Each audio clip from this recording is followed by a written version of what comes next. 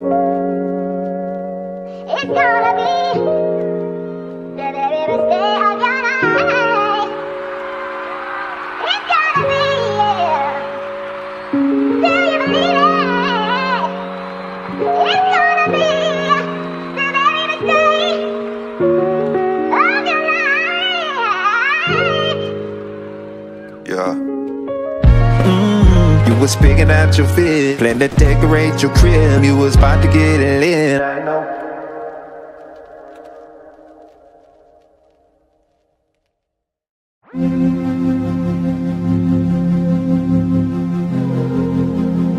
Yeah.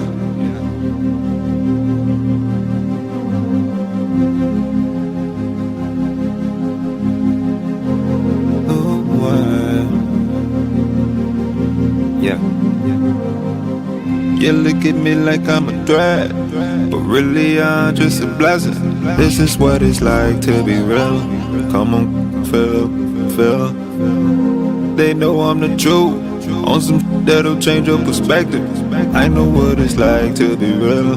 Come on, feel.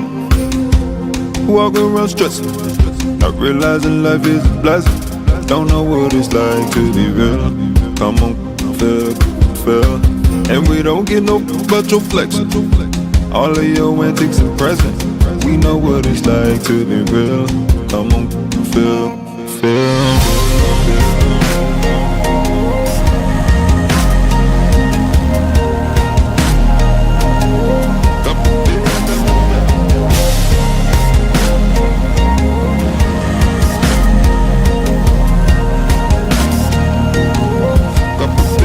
I can see it in your eyes, yeah, it's codependence.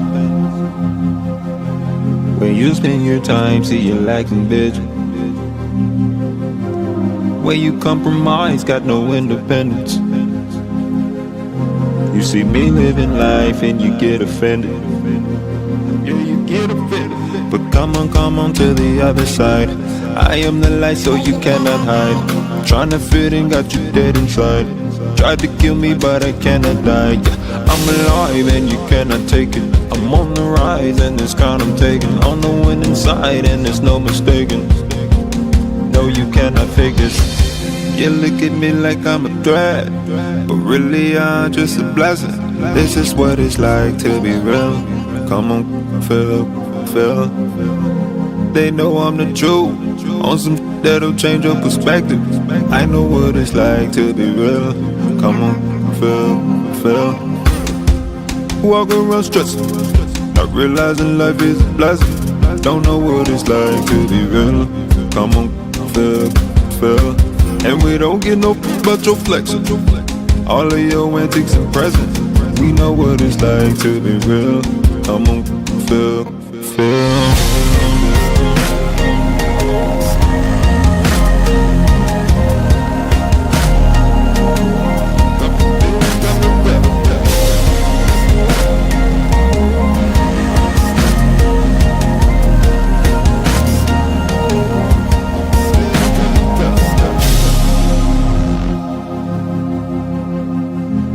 Where your real friends at? Somebody tell me where your real friends at? Where your real friends at? I know you don't feel that. Yeah. But come on to the other side. I am the light so you cannot hide. Tryna fit in, got you dead inside. Tried to kill me but I cannot die, yeah. I'm alive and you cannot take it. I'm on the rise and this crown I'm taking. On the winning side and there's no mistaking. No, you cannot fake this. You look at me like I'm a threat, but really I'm just a blessing. This is what it's like to be real. Come on, feel. They know I'm the truth. On some that'll change your perspective. I know what it's like to be real. Come on, feel. Walk around stressing, not realizing life is a blessing.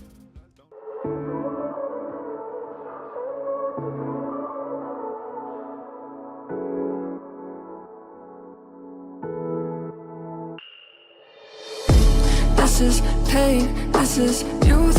This is all the hush hush thoughts in your room. This is for the first time out with your crew. Getting f***ed up, find joy in the bruise. Eyes with the power to seduce. Hand me the aux, we could cruise. Some nights I feel like I got nothing to lose. Some nights I feel like I got nothing to lose.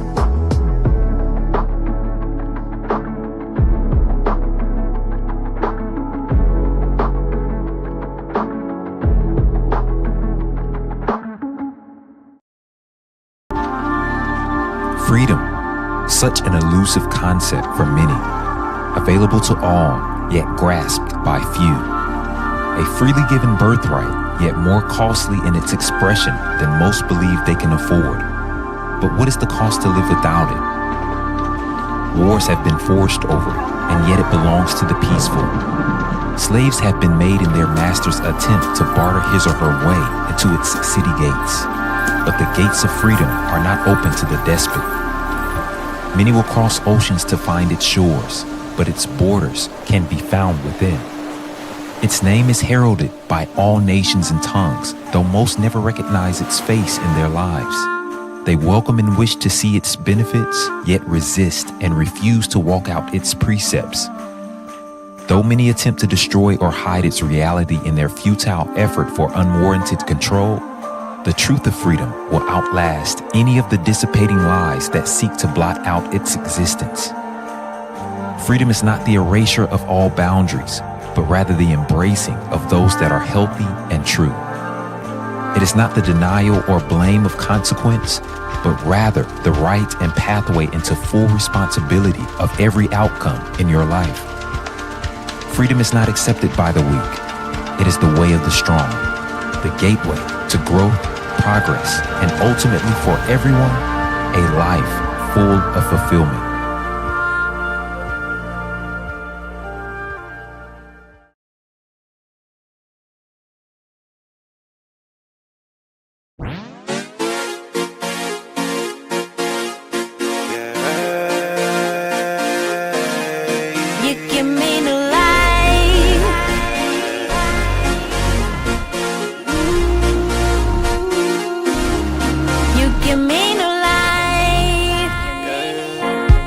And I'm giving you what you're asking for. Future told no time for digging up the past, bruh. Talking about all the people that didn't last. It's scarcity, it's time for using what you have. Just be grateful, the strong is always the last. Things are crooks who settle for we could pass. People's choices are hardly the ones chosen. I'm stepping out of the grave, that's your omen. Yeah, flower child, inflorescent, warrior. Feel my presence, sagacity, pressure. From dead broke, going affluent. Underdog, made a past of it. On top of this shit, what's happening? Born in darkness, came to life. Fit in the masses, eternal life. You give me new life. You give me new life. You give me new life. You give me new life. Oh, you give me new life.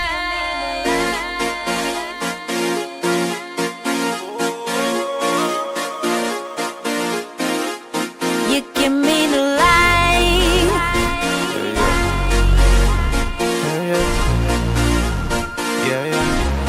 You give me new life. They locked me out, outsider. Felt the pressure in the room when the boy beside him. Despite disguises, they can see the difference. Cubic don't shine the same in the diamond's presence. Them lies don't hold the same when the prophet's present. Impossible to tame when the locks are missing. The blocks are missing, the box is missing. Reach your hand to find a switch, but I'm wired different. You can think we work the same, but a profit different. You can think we preach the same, but the cloth is different. Sort of a maverick, I don't fit you boys' equations, I resist the average. Y'all playing Madden, I run the real plays, I just make it happen. Got the daughter saying, who would've thunk of it? Life gave me the assist, made a dunk of it. I'm the one the papers chasing, soul is dumb rich. Truth's #1 supply, you can come get it. You give me new life. You give me new life. You give me new life. You give me new life. Oh, you give me new life. Hey, let's run it back. I think I got one more. You give me new life.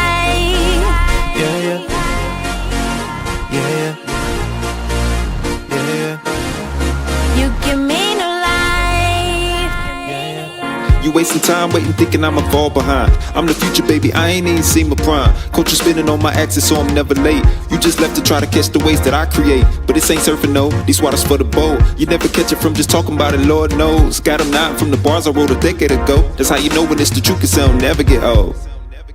And I know you getting tired of the lies when they catch you in the vulnerable times, then they robbing you blind. I know they look like sheep in the eyes, but they're wolves in the mind. Take your innocence to hang you to dry. If you question anything that they try, I speak from a confident mind, and there's tears in your eyes. And it make you wanna go, and it make me wanna go on them, hang them from their feet. I just do it with my speech. You give me new life.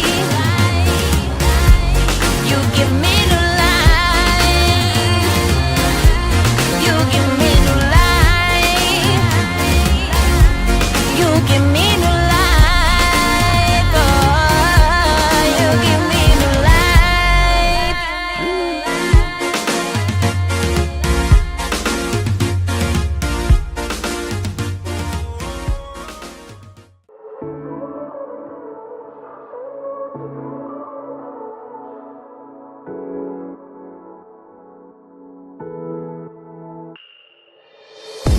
This is pain, this is youth. This is all the hush hush thoughts in your room. This is for the first time out with your crew. Getting f***ed up, find joy in the bruise. Eyes with the power to seduce. Hand me the aux, we could cruise. Some nights I feel like I got nothing to lose. Some nights I feel like I got nothing to lose.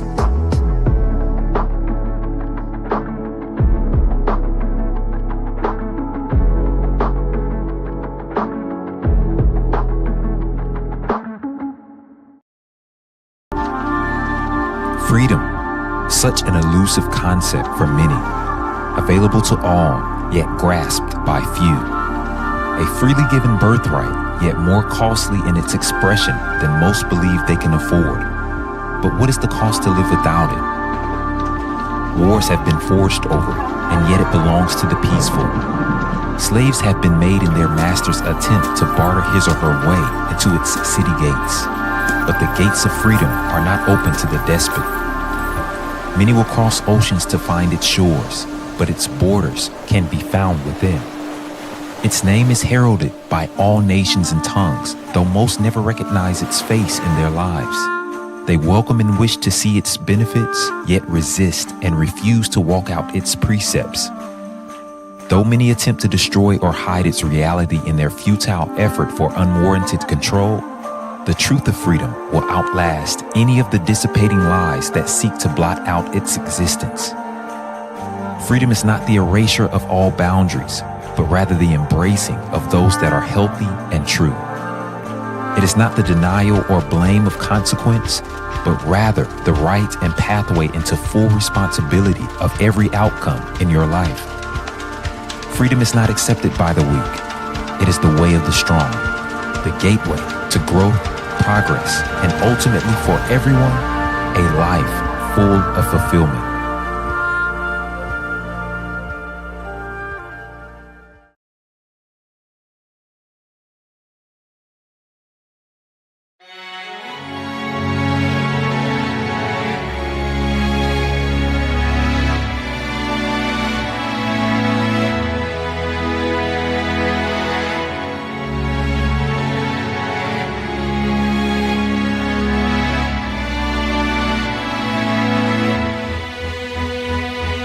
Today I'm gonna live my dreams and accept how God created me. I won't let confusion, frustration, insecurity stop me. So I've made up in my mind that I'll be all that I'm meant to be, yeah. And there's nothing in this world that I'd let block me. I gotta get what's mine, yeah, yeah.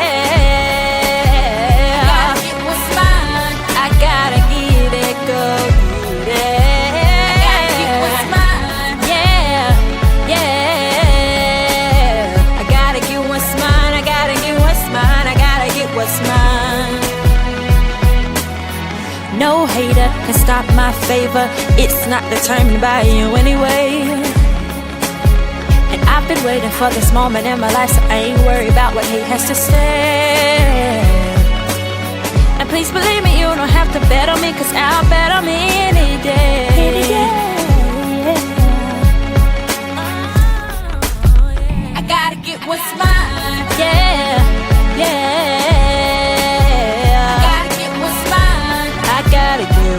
meant for me. I gotta get what's mine. Yeah, yeah.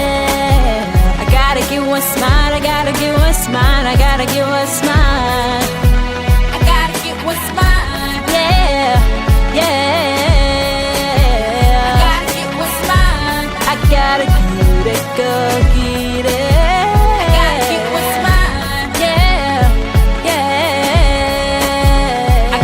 What's mine, I gotta get what's mine, I gotta get what's mine. I gotta get what's mine, I gotta get what's mine, I gotta get what's mine. I gotta get what's mine, I gotta get what's mine, I gotta get what's mine. I'm giving in, I'm focused. I've got my mind right, this ain't bogus. Cause I never knew what I had until you came in and you worked it out. Said I'm strong and I'm moving on. I'm thankful cause you showed me that my deepest fear was not my failure, but that I'm powerful beyond measure. I thought, who was I to be brilliant and change the world? I'm freeing all of my enemies to change the world. Yeah, I believe in this season that we'll rise above all our seasons, flying high for a lifetime. So y'all move over cause it's high time. Believe me, we going somewhere. The ground's fit good and we ain't staying here. Forget reminiscing and grieving, cause we exist for this reason, to bring back hope to our daughters, make more men of our brothers.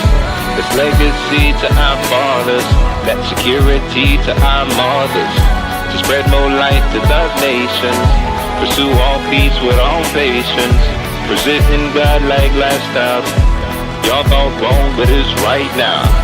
Donate millions to children, secure our future from villains. Culture shifting how you're living. Don't try to keep up, man, we different. We gon' live how we want to. Kids gon' eat like they want to. Trillion dimensions through our visions. Cooking up culture in our kitchen. Celebrating forever.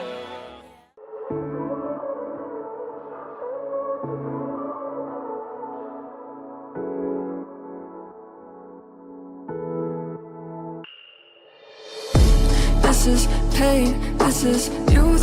This is all the hush-hush thoughts in your room. This is for the first time out with your crew. Getting f***ed up, find joy in the bruise. Eyes with the power to seduce. Hand me the aux, we could cruise. Some nights I feel like I got nothing to lose. Some nights I feel like I got nothing to lose.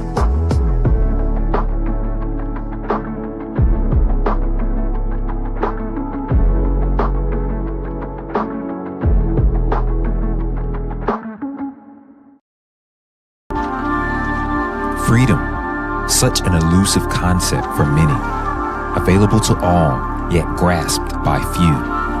A freely given birthright, yet more costly in its expression than most believe they can afford. But what is the cost to live without it? Wars have been forged over it, and yet it belongs to the peaceful. Slaves have been made in their master's attempt to barter his or her way into its city gates. But the gates of freedom are not open to the despot. Many will cross oceans to find its shores, but its borders can be found within. Its name is heralded by all nations and tongues, though most never recognize its face in their lives. They welcome and wish to see its benefits, yet resist and refuse to walk out its precepts. Though many attempt to destroy or hide its reality in their futile effort for unwarranted control, the truth of freedom will outlast any of the dissipating lies that seek to blot out its existence.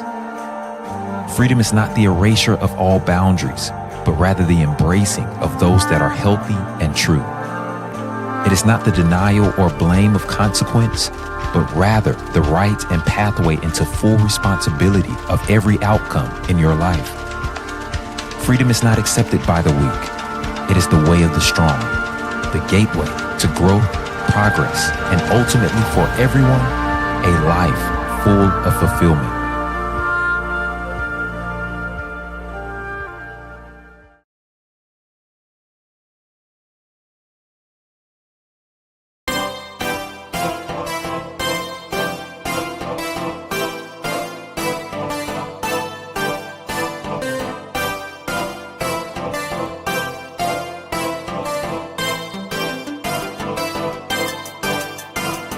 They're treating you mean, they're killing your dreams, depleting your steam. They're jealous of us, they're burying your potential's too much. If you would just lift up yourself, believe in you, there's really nothing else that they could ever do. They hiding the truth, they following you, cause you got the jewel. But that is enough, it's time to step up by realizing you're more than they could ever handle. I pray that you're hearing me. You're perfect as you really are. The world will see just own who you are. You are beautiful. Own who you are. You are powerful. Own who you are. You are special. Own who you are. You are royal. Hourglass, all class, maybe wanna spend some time with you. Girl, you know what you mean to me. I believe you were made for me. Girl, you better use your own it. It's time to let the world know it. Cause what's a star to the world if it hides its light from the world below it? I done seen them competing with you, non-stop. You ain't wanna see them do it, steady measuring, but never measuring up to it. They could never do it. My friends soon turn to enemies. Don't let them take what's meant to be. Just make that thing your energy. Just own who you are. Just Own who you are. You are beautiful. Own who you are. You are powerful. Own who you are. You are special. Own who you are. You are royal.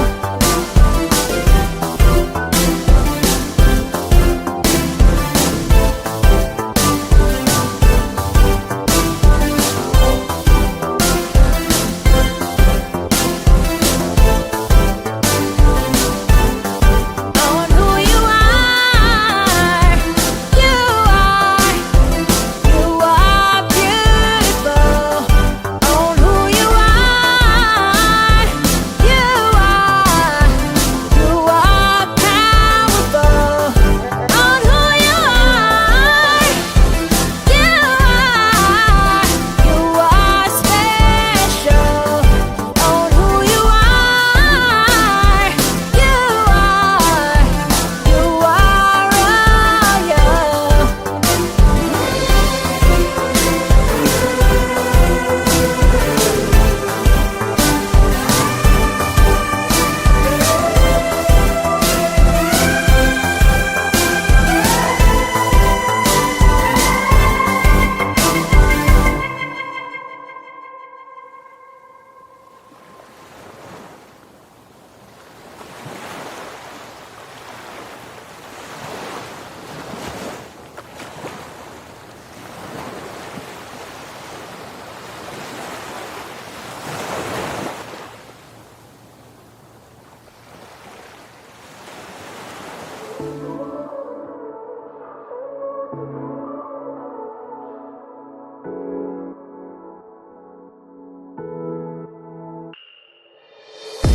This is pain, this is youth.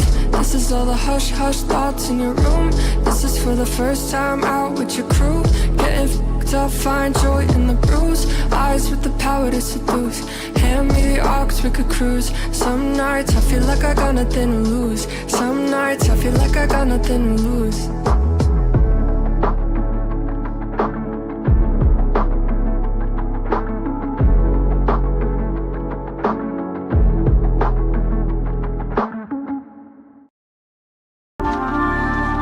Freedom, such an elusive concept for many, available to all, yet grasped by few.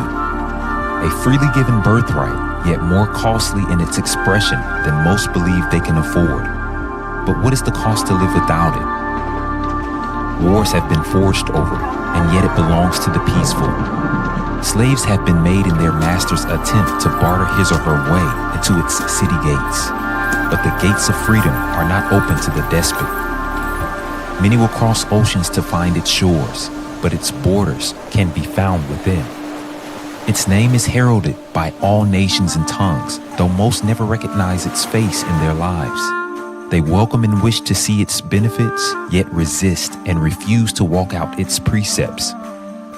Though many attempt to destroy or hide its reality in their futile effort for unwarranted control, the truth of freedom will outlast any of the dissipating lies that seek to blot out its existence. Freedom is not the erasure of all boundaries, but rather the embracing of those that are healthy and true. It is not the denial or blame of consequence, but rather the right and pathway into full responsibility of every outcome in your life. Freedom is not accepted by the weak. It is the way of the strong, the gateway to growth, progress, and ultimately for everyone, a life full of fulfillment.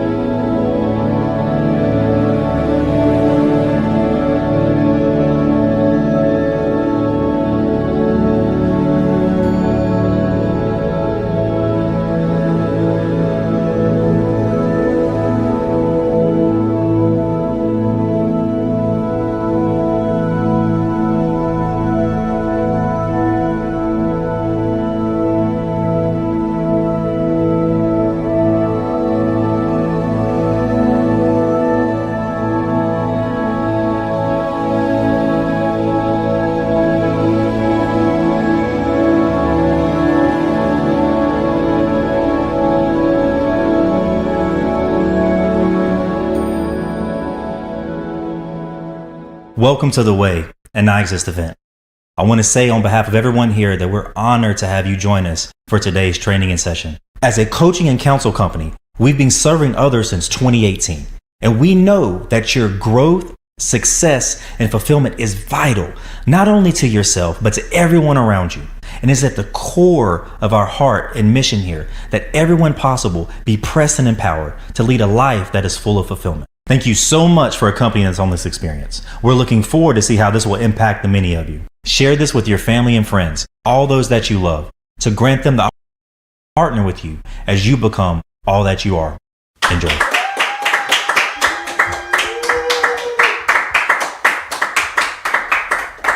Thank you.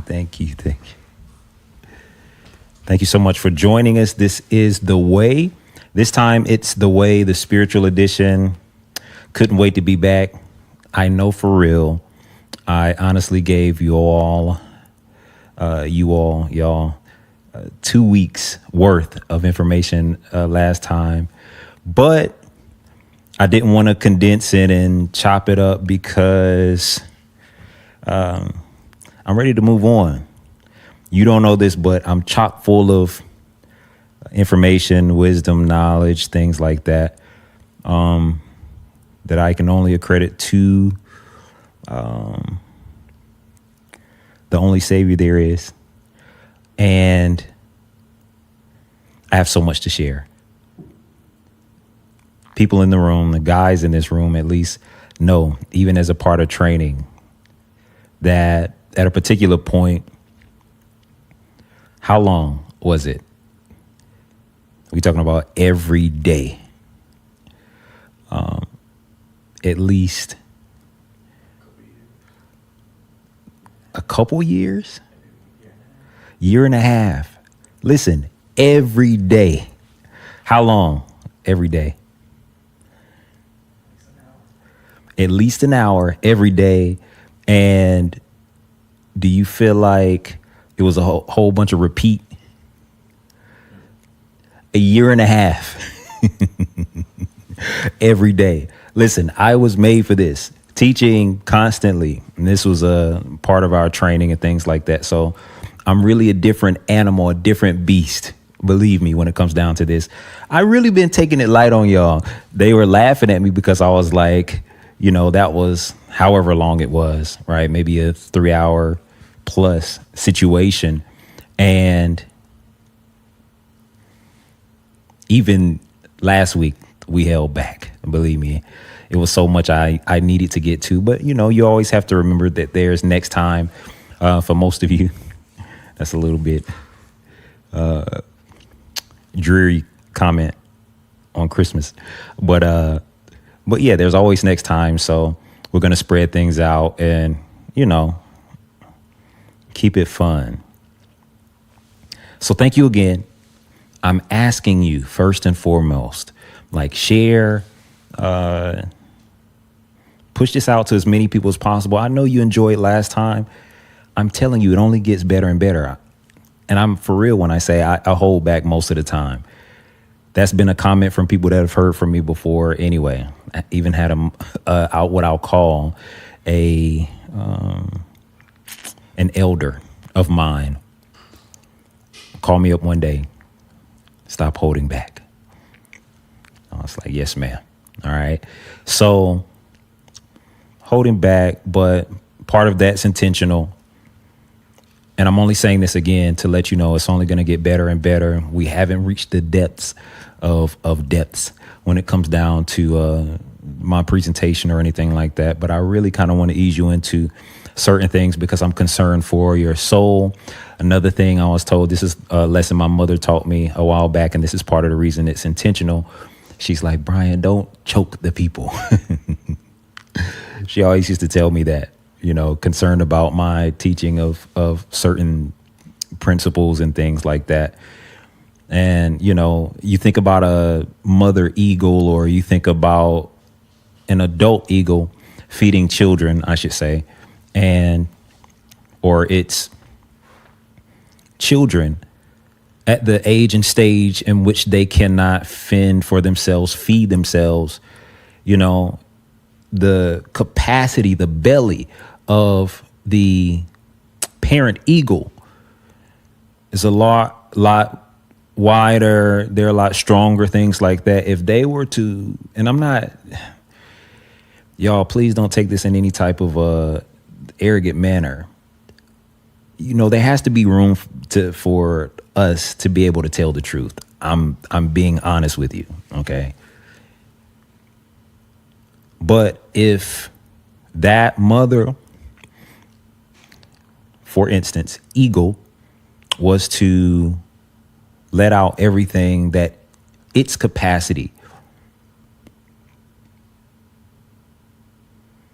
was on a child, for instance, on its child, then you would choke the child. It would kill it, to be very honest. And so I'm very intentional about how we're presenting and things like that. Trust me, you have no clue. You will know over the course of time, but 99% of you have no idea who's sitting in front of you. And that's okay. And I love it. So we're going to jump straight into the presentation for today. I wanted to maybe back a couple things up from last week that we talked about and add some additional information that is going to be very helpful for you. But thematically, what I want to talk about today is the idea of being decided. Okay. Here's a catchphrase for you. Many of you are waiting for life or God to provide what you have not simply yet decided. Okay. You're waiting for life to provide what you have not yet decided. Okay. The capability to make a decision is super important. I know I talked about this maybe a couple episodes ago. Within control. And I'm going to go back one more time just so I can finish these statements. Share, share, share. All right. And I want to hear from you also, like put in your comments, like things that are speaking to you that you want to know more about. Even most of the teaching I'll do, honestly, will be within our coaching subscription and our community. But at the same time, even for those of you who are just tuning in on a weekly basis, or twice a month, which is when we're doing this, the last 2 weeks of every month, then I want to hear from you. I want to know what's sticking to you, what's helping and things like that. I've heard from a few of you, but I want to hear from more of you. So don't be afraid to comment. Say I'm here. We'll wave at you. And yeah, let's keep a line open of communication. Just again, that's just additional fun for us also. Okay. But share if it's worth. I know what it's worth, but whatever's meant most to you, share it out and then help us out too. Okay. Share it out. All right. So the ability to make a decision is super important. I don't think we know how much actually rides on our decisions. I don't know where the source of this or where the quote itself derived, but I've heard it enough times to know that it's spread a good bit. But the saying is this, that you are born looking like your parents, but you die looking like your decisions. Okay. Again, I don't know who to give credit to for that. It's not me, but it's been popularized by a few.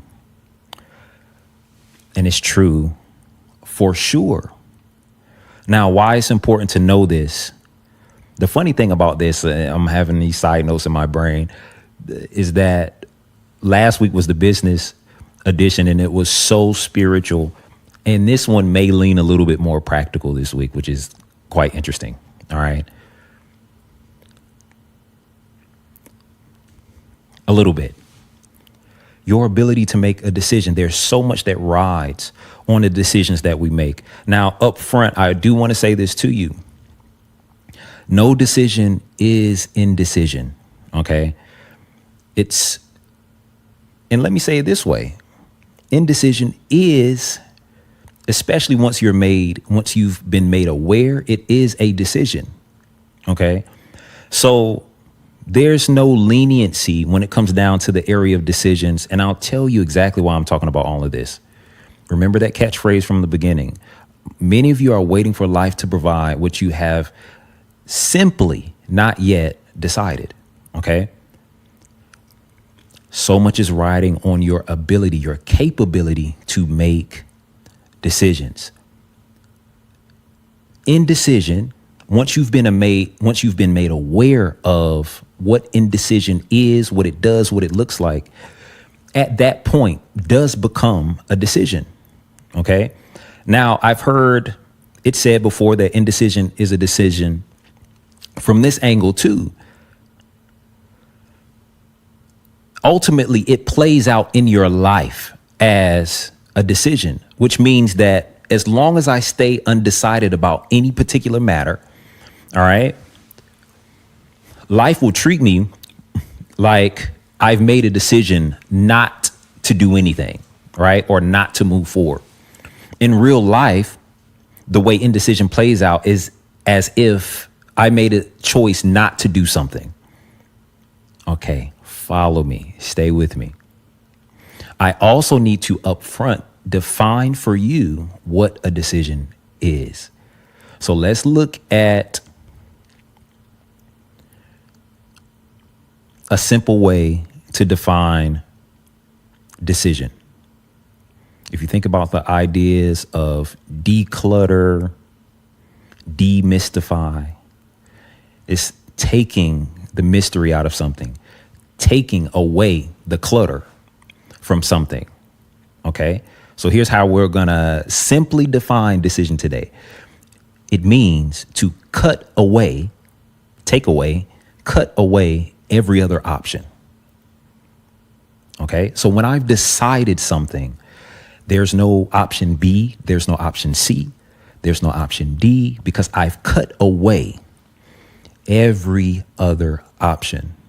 Really soon, you're going to see how this fits into your faith life and things like that. Okay. What it means to make a decision.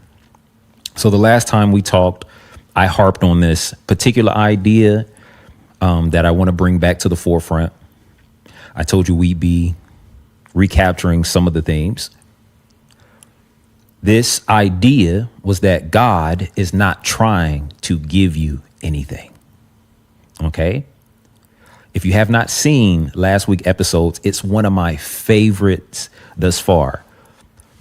It's the longest thus far, but it's one of my favorites.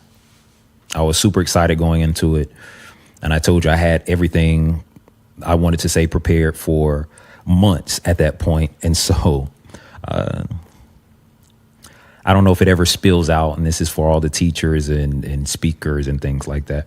I don't know if it ever spills out exactly how you imagined it before the moment or the day of, but I got to most of what I wanted to cover with you.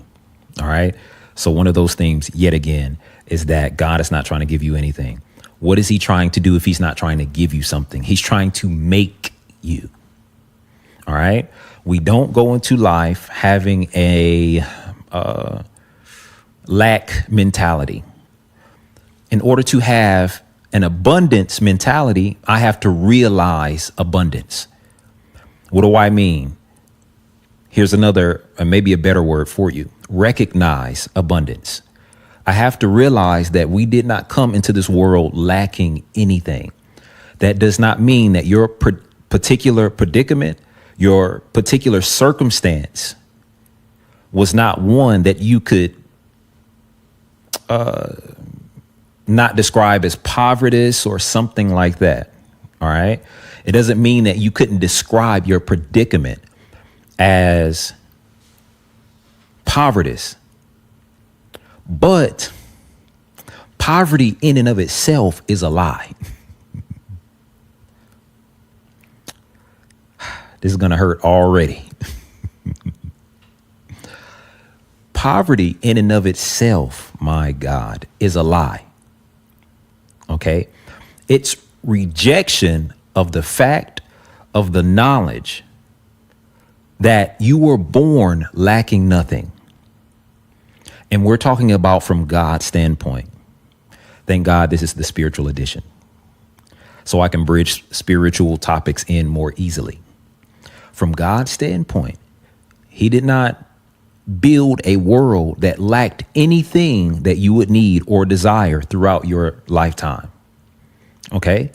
To live in lack is both to live a lie and for some of you to live either undecided or deciding against the abundance that was always clear from a heavenly standpoint. Okay. One more time, God did not birth you or allow you to be birthed in a planet or into a planet that did not have every resource you could ever want, need, or desire. Actually, it's really too much. And I talk about this in one of our masterclass, which is called The Road to Freedom. You saw it advertised earlier, and you'll see it continue to be advertised because I want you to get it. All right. But one of the things I say is you got to start understanding by the time God gets around to giraffe, we're past needs at that point. By the time it gets around to gold, I don't know what sequence gold came in, but by the time you get around to it, we're past daily needs. Okay. We're past breathing.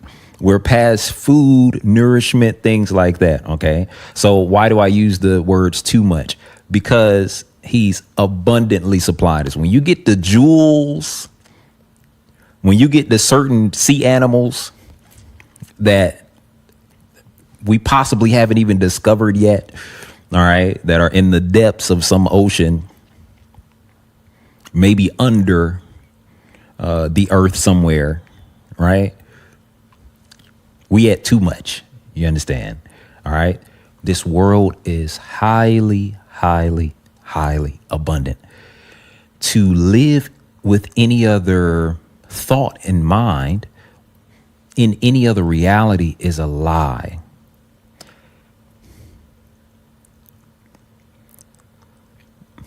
I don't even know. Okay, we'll go here first for whatever reason.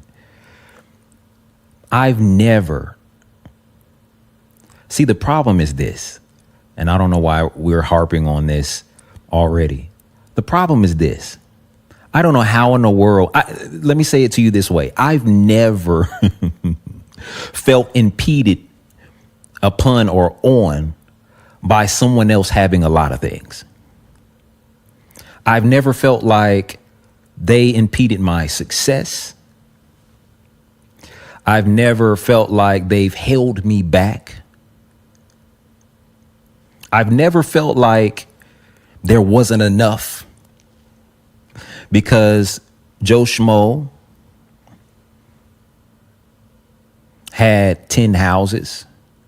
I've never heard of a guy, right? We could probably name one or two if we really thought hard, whether it's a celebrity or something like that, right? And I'm talking about particularly some car collector or something. The guy that has 30, 40 cars. I've never seen that person have 30, 40 cars and then go to the car lot and not be able to get something I want or needed. Never seen it happen. To live under a lack mentality is to live under a lie. No one's impeding on your success by having multiple things. Okay. While I'm harping on this, part of the reason I'm having this conversation with you too is to say this. So for me to say what I just said, that means Bryan would never care how many houses you have. You could own half a block in Manhattan. It wouldn't bother me at all. You could own a whole block in Manhattan. I don't care. Okay. Here's what you have to know too. Neither does God. Very important to know. Okay. Right up front.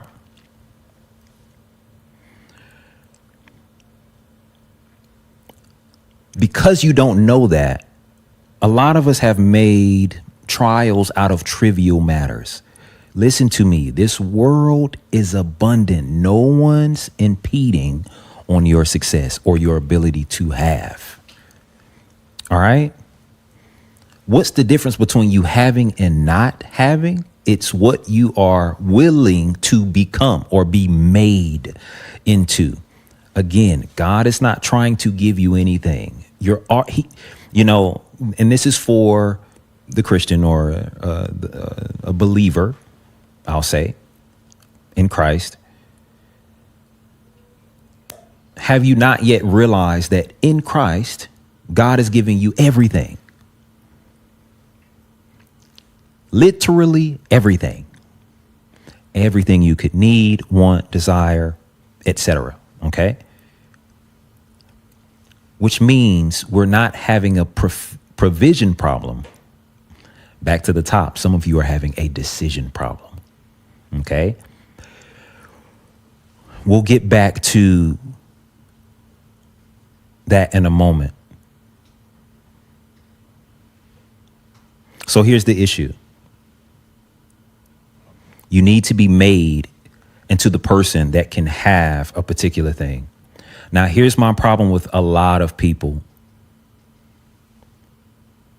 And this problem ain't personal. I'm talking about maybe some of the training you've been getting or something like that.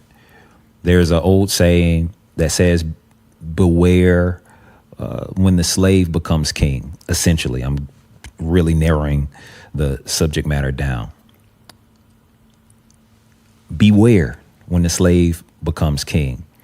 Normally what happens if, quote, quote, the slave becomes king, they'll start teaching you a lot of principles, a lot of ways that are not sufficient for life.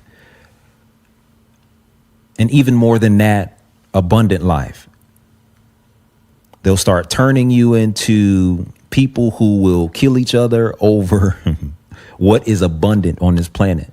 They'll start turning you into people who are jealous. They'll start turning you into people who are entitled. OK, I'll tell you a quick story about the last time I worked with a particular individual who was shooting some footage for me some years ago. This particular individual was working with me pretty nonstop on a couple things. And it started good. The relationship started good. We were working good together. I didn't have any issues. When it came down to starting to get some of the work out that we had compiled, again, everything started hunky-dory, all right? Eventually, it turned into a situation to where I'm like, hey, man, we got to get this particular project out. We got to get this particular, this was so long ago, by the way. We got to get this particular project out. And he's saying to me, okay. Maybe not that up front, but more so it was just excuse after excuse. I'm going to sum this story up. Excuse after excuse after excuse. And I'm like, bro, and then, you know, there's one of those straw that break the camel's back moments. And I'm like, bro, listen, we don't need any more excuses. I got to get this done. Tomorrow's the deadline type of situation.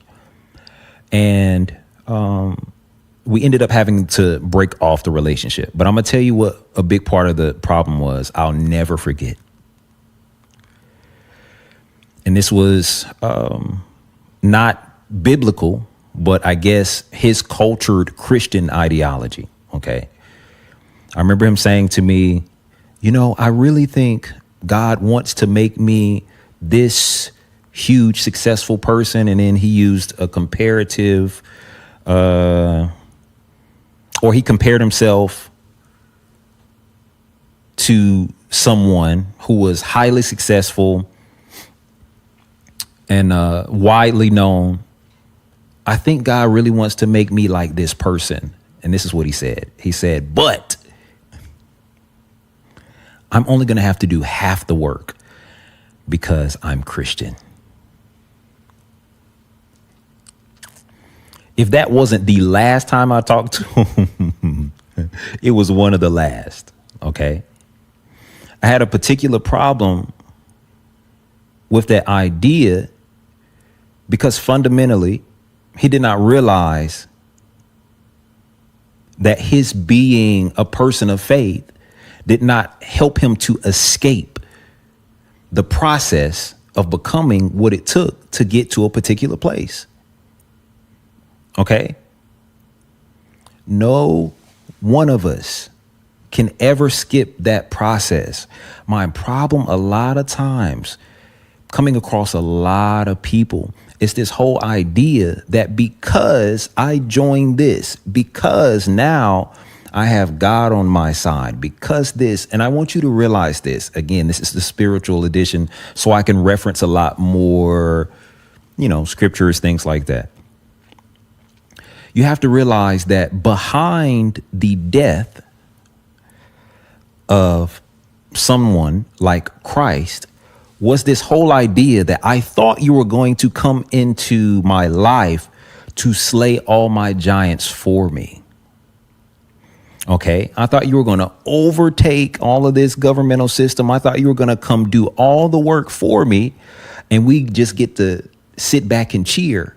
Rather than that, he said, I'm going to invite you into a life of suffering with me on behalf of all these people that you want me to just kill. Why? Because I want their souls too. One of the prime reasons people can go from cheering for you to rooting for your death because of the lack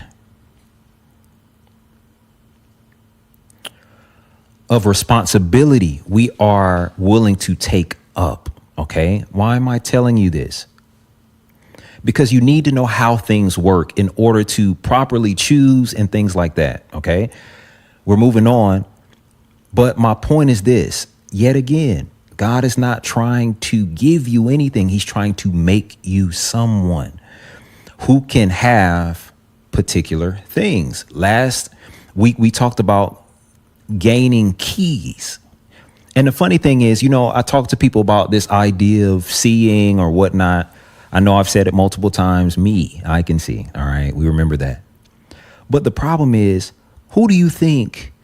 Let's look at seeing for and we're talking about, like, if you haven't been following along, the ideas of like intuition or being able to listen to or hear God, things like that. OK, however you need to picture it in order for you to catch up. All right. Who do you think he's willing to talk to? What do you really think it takes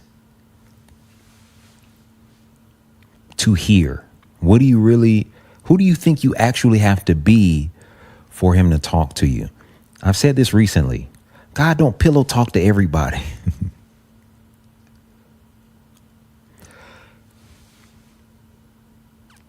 I'm teaching you all this stuff because we're talking about what slaves teach. OK. Saul, who was an early king, you see the consequence of someone taking up a position they were not ready for. OK, sure, God allowed it, things like that. All right. But at the end of the day, the consequence was much or many of the things that I'm telling you now. OK. Contrary to, I ain't going to say popular belief, but the problem is,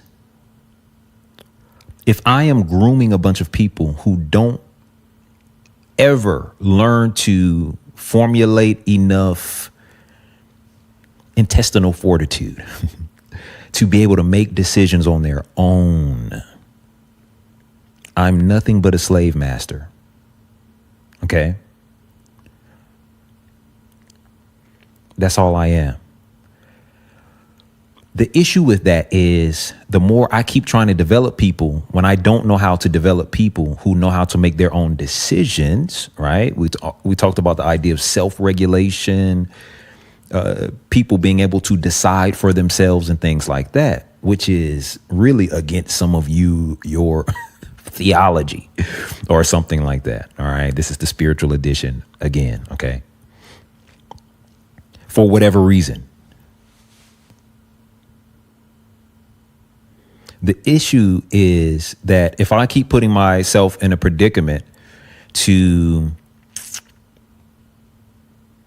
again, not grow others up, we talked about this, but hold them up. I don't want to go too far back into that. This is my fruit. Okay. So there's this, there's these ideas that people will be known by their fruit. But here's the problem. Fruit is not surface level. Okay. A fruit, listen, every fruit has seed. Every seed produces after its own kind. Okay. But listen, it produces. So you can't look at what I'm saying. The problem is a lot of you are too surface level. You go in, you listen to a leader say XXXXX or whatever the thing is, right? And I'm not just saying a leader, but you listen to people in general. You can go in somebody's house. You can go into various situations. You listen to people on anything. Maybe that's trying to sell you, whatever the thing is. All right. You're listening to them and listen. Satan's crafty. The devil's crafty. The problem is what I say on the surface. Let's look at the whole Adam and Eve situation. Where did Satan actually, he says this, if you eat of this tree, you'll be like God. God comes later on and say, hey, why'd you eat of it? Now you're like us. All right. So on the surface level, it wasn't a lie. So if I look at the fruit as in surface level presentation, that's not what fruit is. Fruit is what I produce. So the problem becomes there's a lot of leaders that want you to believe, or you want, people to believe how immaculate of a person you are, but produce nothing but, let's use fleshy. We talked about that. You produce nothing but fleshy people. You produce nothing but jealous, hateful, mad, confused, unable to make decisions. People. They are your fruit. That's how this goes. Okay.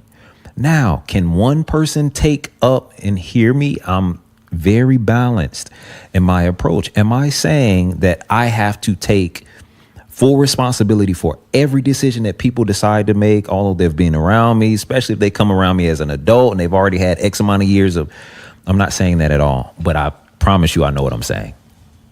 Okay. People have the tendency to take on the nature of those who are leading them, but they're also taking on the nature of not what you're saying. They're taking on the nature of who you are. So there's another saying that says, you might be able to teach what you know, but you can only reproduce what you are. So there's no such thing. This is for all of the parents that like to say, do as I say and not as I do. You can only reproduce what you are. That's your fruit. Okay. So we're talking about, again, what slaves teach. So this entitlement, these certain things that allow you. So again, let's go back to the early king thing, skipping the process. Now I think it actually triggers my mind to think that I need to skip the process in every way, rather than being a person who can be made for a particular thing. Right. I now come up with ways to skip the process all the time. I'll give you for instance with this. I think last time I might have said something to the degree of selling products people don't want. You know, people that are highly successful today have gone through process, through refinement, through process to get something capable of reaching the masses through process and refinement. Those who are early kings, those who are what I will consider slaves for this matter, not kings, right? Because kings can only produce kings. Free people can only produce free people, but bound people, all they can do is bind people. Okay, so the insecure, the jealousy, all the taking jabs from a distance, the changing in the background, the witchy stuff or whatever. This is all early king / slave behavior. I'm trying to capture, I'm trying to maintain something. I'm trying to hold on to something that I was not prepared for. I was not fully trained for. And some of you think you were trained, but you were trained by slaves. This is why all of these techniques, I'm sorry, a little bit of last week is still spilling over. But why am I saying this? Because a part of what you're being taught throughout all of this, by skipping the process, you're not being made into the person who can have particular things. I hope you see this coming around. By not being made into the person that can have particular things, you haven't realized that because we don't actually live in a lacking world, we live in an abundant world. You haven't realized that what has not come by way of someone giving you, waiting for life to give you, to provide you with something that you have not yet decided. You know, the thing about being taught from a king's manner or a king's way is that you start to have actual power and you start to realize I can decide my life. And I'm being honest with you. If you really want to start working with God, listen, God is no slave driver. So there's a lot of people that are going around. You're mad at God. Maybe God don't want me to have this, or maybe this. And again, you're making mountains out of molehills. You're making trials out of trivial things. There's a certain amount of things that you should just know are yours. This is an abundant world. Why would you cry over $10?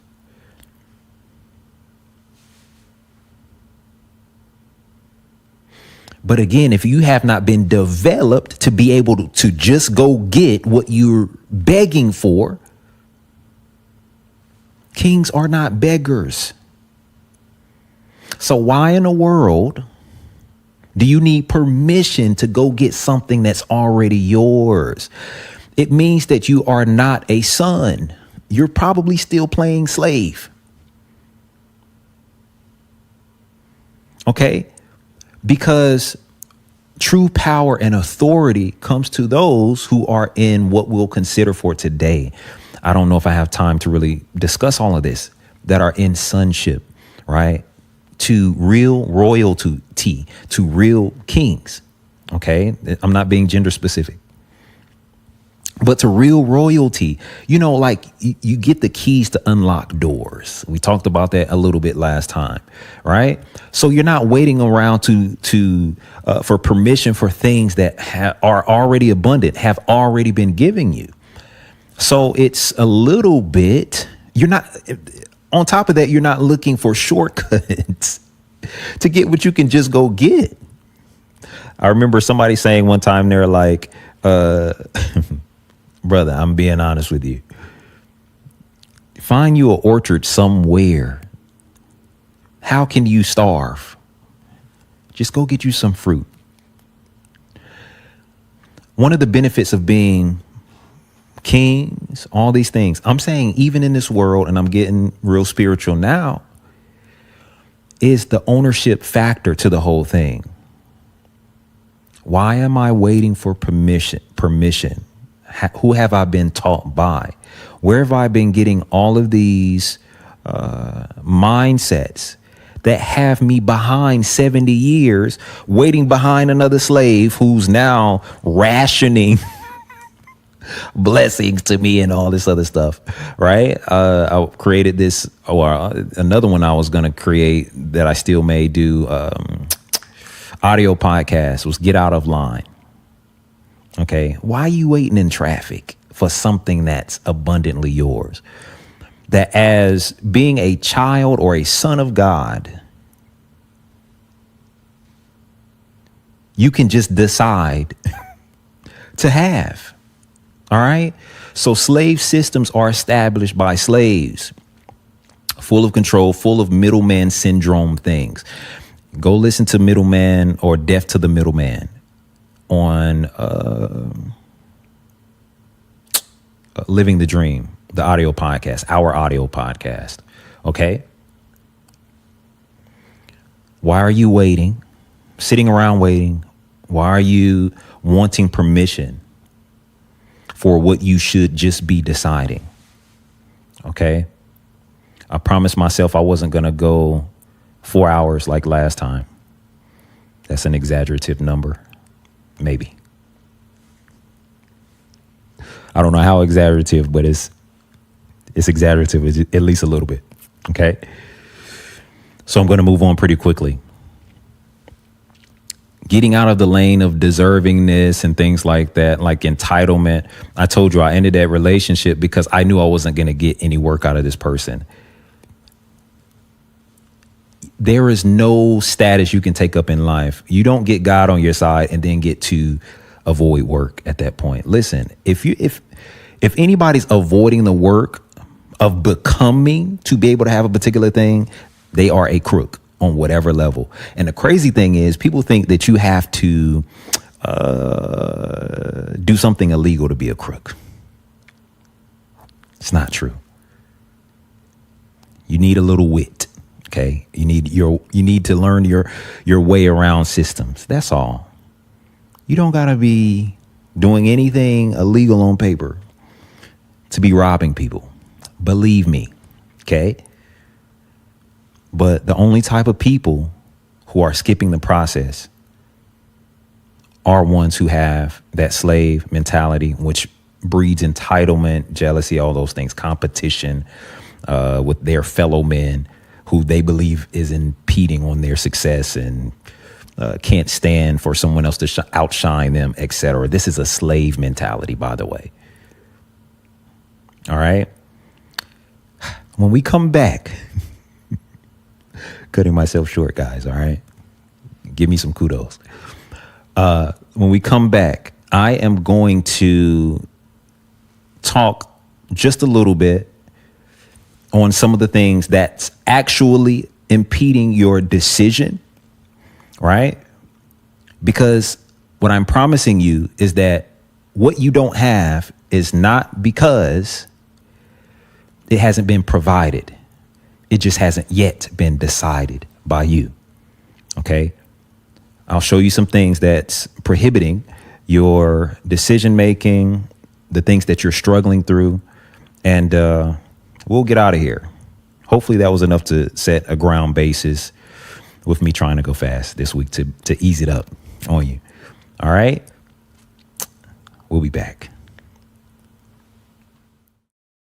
Hey, if you're enjoying the masterclass thus far, I have a couple things that I'm willing to bet that you'll enjoy either just as much or even more. The first of those things is Wisdom for Days. It's my new book, and it is a compilation of 306 quotes that I've put together over years of experiences that are personal to me, that I know will help you out in your everyday life. Listen, it's just a great book. I highly recommend it to you.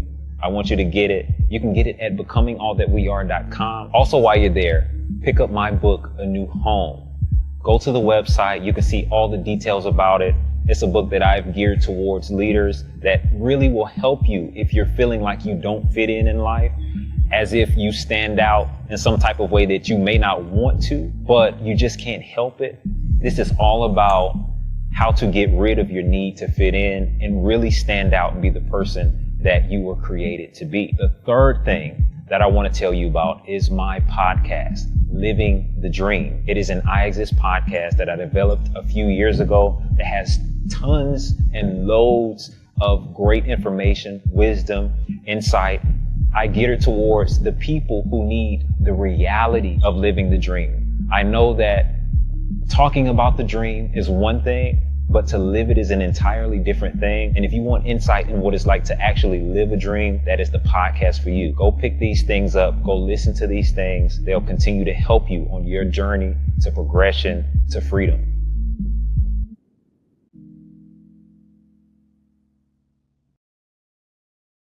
Freedom, such an elusive concept for many, available to all, yet grasped by few. A freely given birthright, yet more costly in its expression than most believe they can afford. But what is the cost to live without it? Wars have been forged over it, and yet it belongs to the peaceful. Slaves have been made in their master's attempt to barter his or her way into its city gates. But the gates of freedom are not open to the despot. Freedom is not accepted by the weak. It is the way of the strong, the gateway to growth, progress, and ultimately for everyone, a life full of fulfillment. Welcome to an Iexist Masterclass.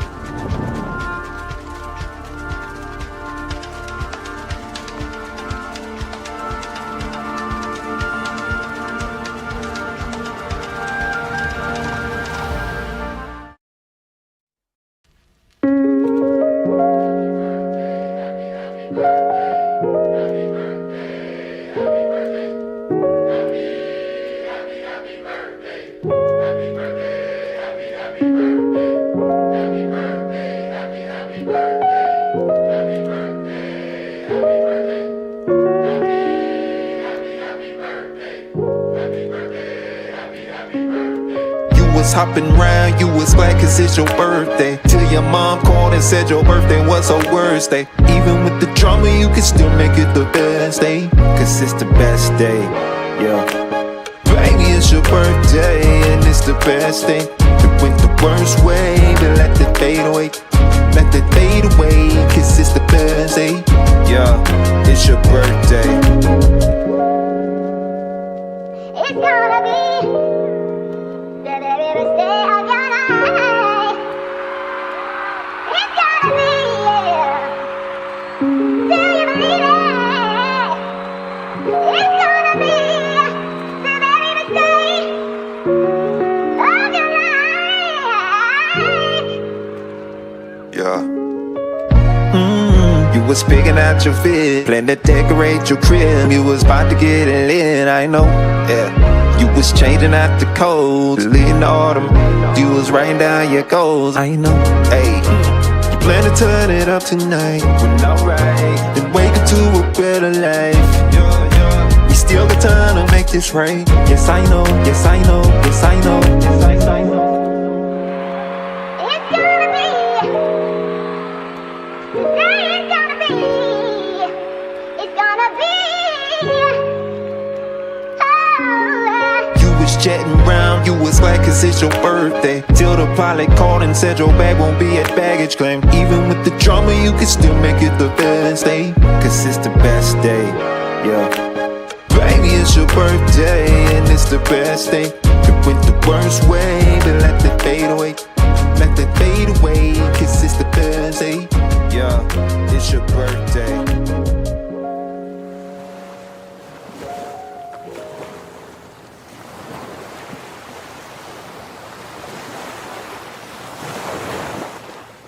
Hey, if you're enjoying the masterclass thus far, I have a couple things that I'm willing to bet that you'll enjoy either just as much or even more. The first of those things is Wisdom for Days. It's my new book, and it is a compilation of 306 quotes that I've put together over years of experiences that are personal to me, that I know will help you out in your everyday life. Listen, it's just a great book. I highly recommend it to you. I want you to get it. You can get it at becomingallthatweare.com. Also, while you're there, pick up my book, A New Home. Go to the website. You can see all the details about it.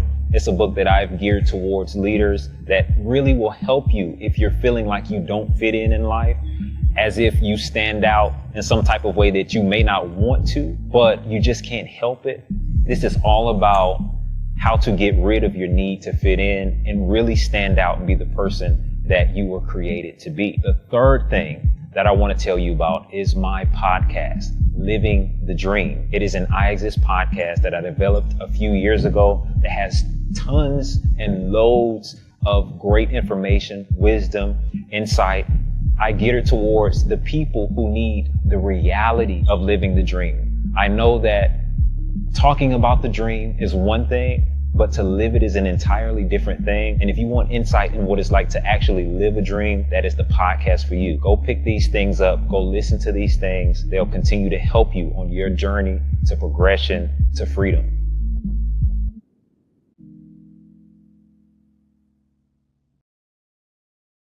Freedom, such an elusive concept for many, available to all, yet grasped by few. A freely given birthright, yet more costly in its expression than most believe they can afford. But what is the cost to live without it? Wars have been forged over it, and yet it belongs to the peaceful. Slaves have been made in their master's attempt to barter his or her way into its city gates. But the gates of freedom are not open to the despot. Freedom is not accepted by the weak. It is the way of the strong, the gateway to growth, progress, and ultimately for everyone, a life full of fulfillment. Welcome to an Iexist Masterclass.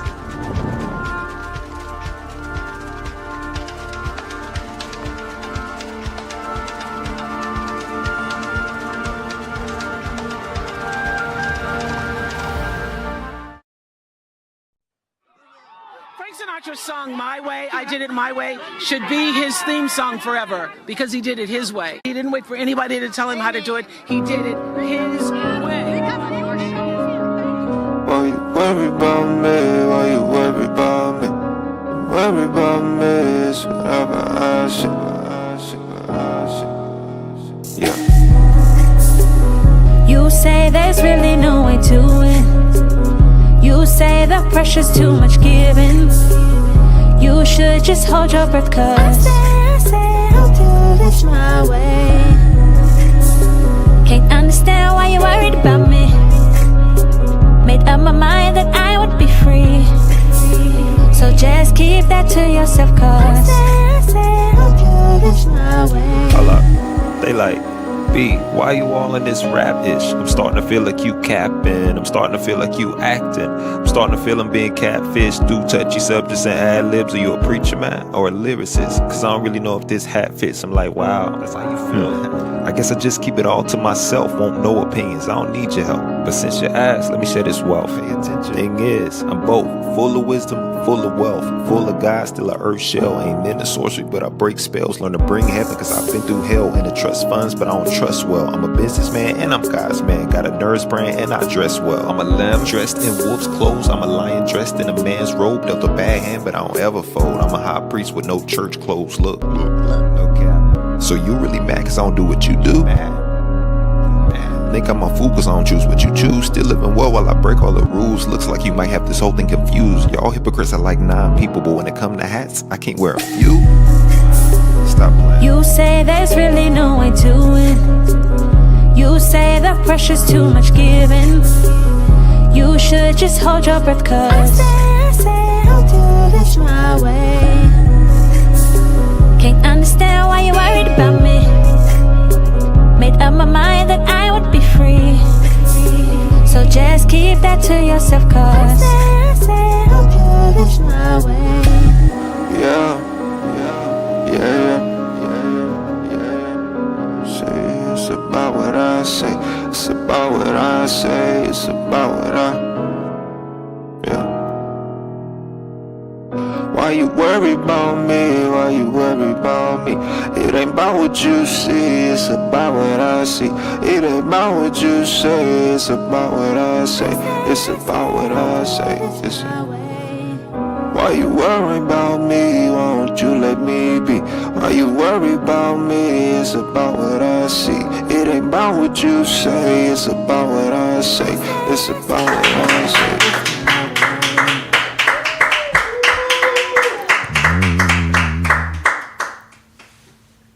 All right, we back.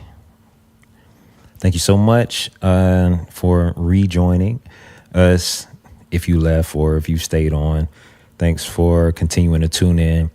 Again, I will say share, share, share, share, like, subscribe, all those things. Only more and more and more and more goodness is coming. So we have a couple items that I want to talk to you about really quickly. This is holiday gifting time. This is still very much so an appropriate time to get one or both of the books to my left, your right. Very great resources. Listen, I already did my whole spiel about people having them, specifically Wisdom for Days. A lady told me about having it beside her. I think it was, Joyce Meyer, devotional and her Bible for her daily morning reads and stuff like that, which was a privilege to hear. And listen, anything next to that Bible, it's good stuff. I'm just telling you what she said. All right. Very great resource. Buy 2, 3, 4, 5 of them. Never had a bad review from it. Listen, it's wisdom. I told you I got the keys. I promise you that. I got them from somewhere. Okay. And God being the one. And I want to share them with you. Listen, great daily read in Wisdom for Days. Great knowledge and understanding concerning leadership. Specifically, if you've been born leader, you'll enjoy a new home. I craft my story inside some wisdom for you to gain and teaching you how to stand out. I told you, even last episode, I didn't necessarily want, I'll say it this way, to quote, quote, pay the cost of being here. Actually, I do tell a story in there about how I turned mute at a particular point in my life. And it wasn't because I didn't start off talkative. You don't talk this much and not have a talkative bone in you, right? Day to day, I can be pretty isolated. I told you I'm a visionary, so I'm in my mind all the time. At the same time, once I open up, it's over. All right.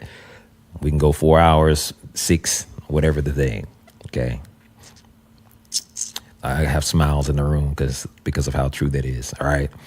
And I talk about how at a particular point, that wasn't the case any longer. I used to get in trouble in maybe elementary, kindergarten type age for talking, being, quote, restless is what they would write on the report card and stuff like that. But eventually, I'm just being honest with you. Don't feel bad for me or anything like that. I was probably a little too sensitive at the time. But, you run into a couple times where people are like, oh, my God, why do you got to know so much? And I hate this or whatever. And especially when it's the girl you like in school, you know what I mean? Or at least think she's pretty. I don't know if I knew her enough to fully like her. But what is like in middle school? OK, that happens enough times. You're like, man, I might be better off not saying anything. Right. So you can carry that into adulthood and stuff like that.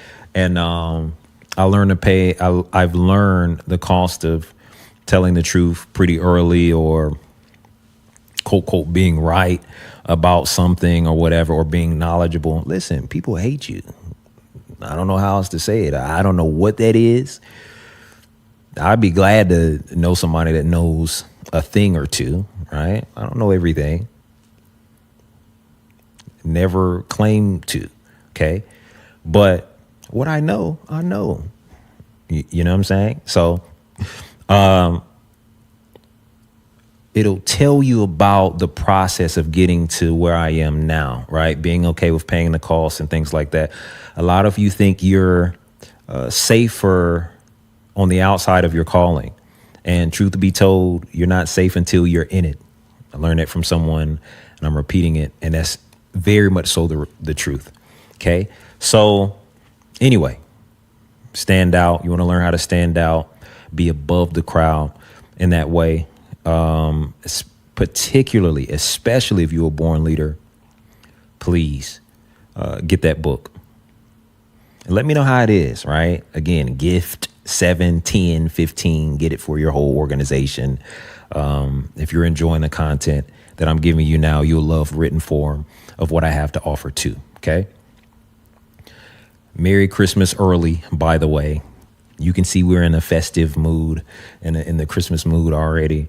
I love this part of the season. It's my favorite. And yeah, enjoy yourself. Please, like, have a good time. Do as much as you can. Don't get caught into the foolishness of, I got to have this and that, or whatever. Be okay with living where you are for right now. We're all growing and elevating together, right? So enjoy yourself now, where you are, with what you have, with what you can afford, all those things. Talking to the guys around me now and telling them kind of where I come from. I don't want to go into this whole story or whatever, but listen, we haven't always enjoyed what we may be, and truthfully are, some of what we are truly enjoying these days. And I know where I'm going. It's going to be more of the fun, pleasurable enjoyment that I'm seeking for, right, out of life. At the same time, we're enjoying where we are. I'm happy. Believe me, to be doing this, to be where we are. Some of you think we're at a production peak. Maybe you don't. I don't think you would necessarily think that. But if you did think that, we're nowhere where we're going to be, or we're nowhere where I want to be in terms of a lot of things. You have no idea where we're going. But that's an exciting statement, by the way. You should be excited for and with us. I'm excited.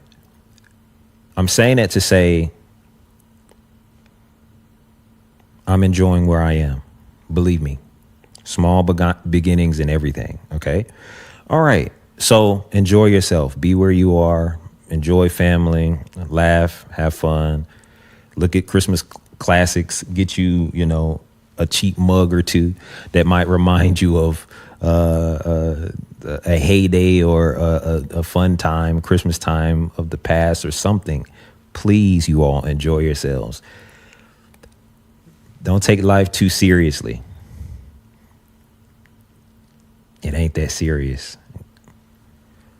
Graft God into your life, belief, things like that, but enjoy yourself. Don't take anybody's word so seriously that you're just turning into a mummy of a idol worshiper or whatever, you know what I mean? And you're just like dreary and dead all the time. Let's enjoy. Let's have fun. Okay. So it's my Christmas spiel to you. And go make a snow angel, man. Do something you've never done. Okay. Go skiing. I don't know. Craft you some skis. I told you it's an abundant world. You got to go take some bark off a tree and like go to your uncle's house and shave it down in his garage or something like that. Listen, have fun. Now I'm getting memories flooding in, like us being in the on sleds in your backyard. But yeah, have fun. Okay. Make it a fun time. I'm gonna jump right in. I'm not gonna take very long. Oh, let me say this too. Our Christmas magazine, I want you to get that. I think we have it available for like $7 or so. Digital version. We'll see if I want to do a physical copy. If it's not available, then it's not available. All right. So I'll probably have limited of those, maybe going to those of you who are in the nation. But outside of that, go get it. $7. It's easy. You'll get to see some things concerning next year, where we're going and headed and stuff like that. I told you I gave that exciting statement earlier. You don't know where we're going, but you can get a preview into some of the things and, hear from staff and all that stuff in there. Okay, cool. Go get that. Hope you're enjoying the music also. I'm sorry. It's all coming to me all of a sudden. Let me know how you feel about the new birthday music. I know it was some of your birthdays last week. And what I mean by that is I'm talking about on the day we actually released the song, because you were birthed into a new mode of elevation. And so tell us how you liking the song. Go ahead and put it in the comments now. I really want to hear from you. Hope you're enjoying it. We are had a birthday or so, a couple physical birthdays in real life here.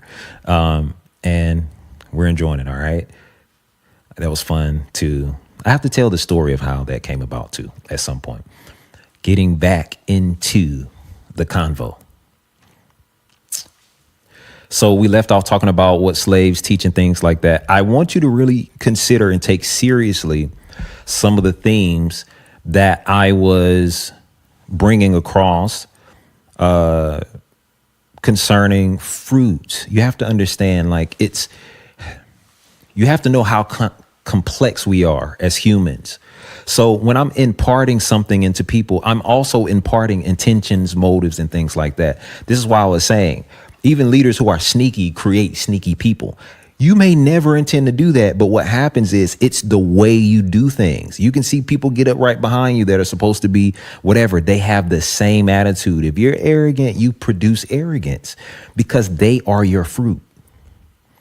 Okay? Hopefully that bridges you to another level of responsibility. You're never really sneaking. People are sniffing it, whether they realize it or not. They may not be able to call it out, but they're able to imitate it better than you know.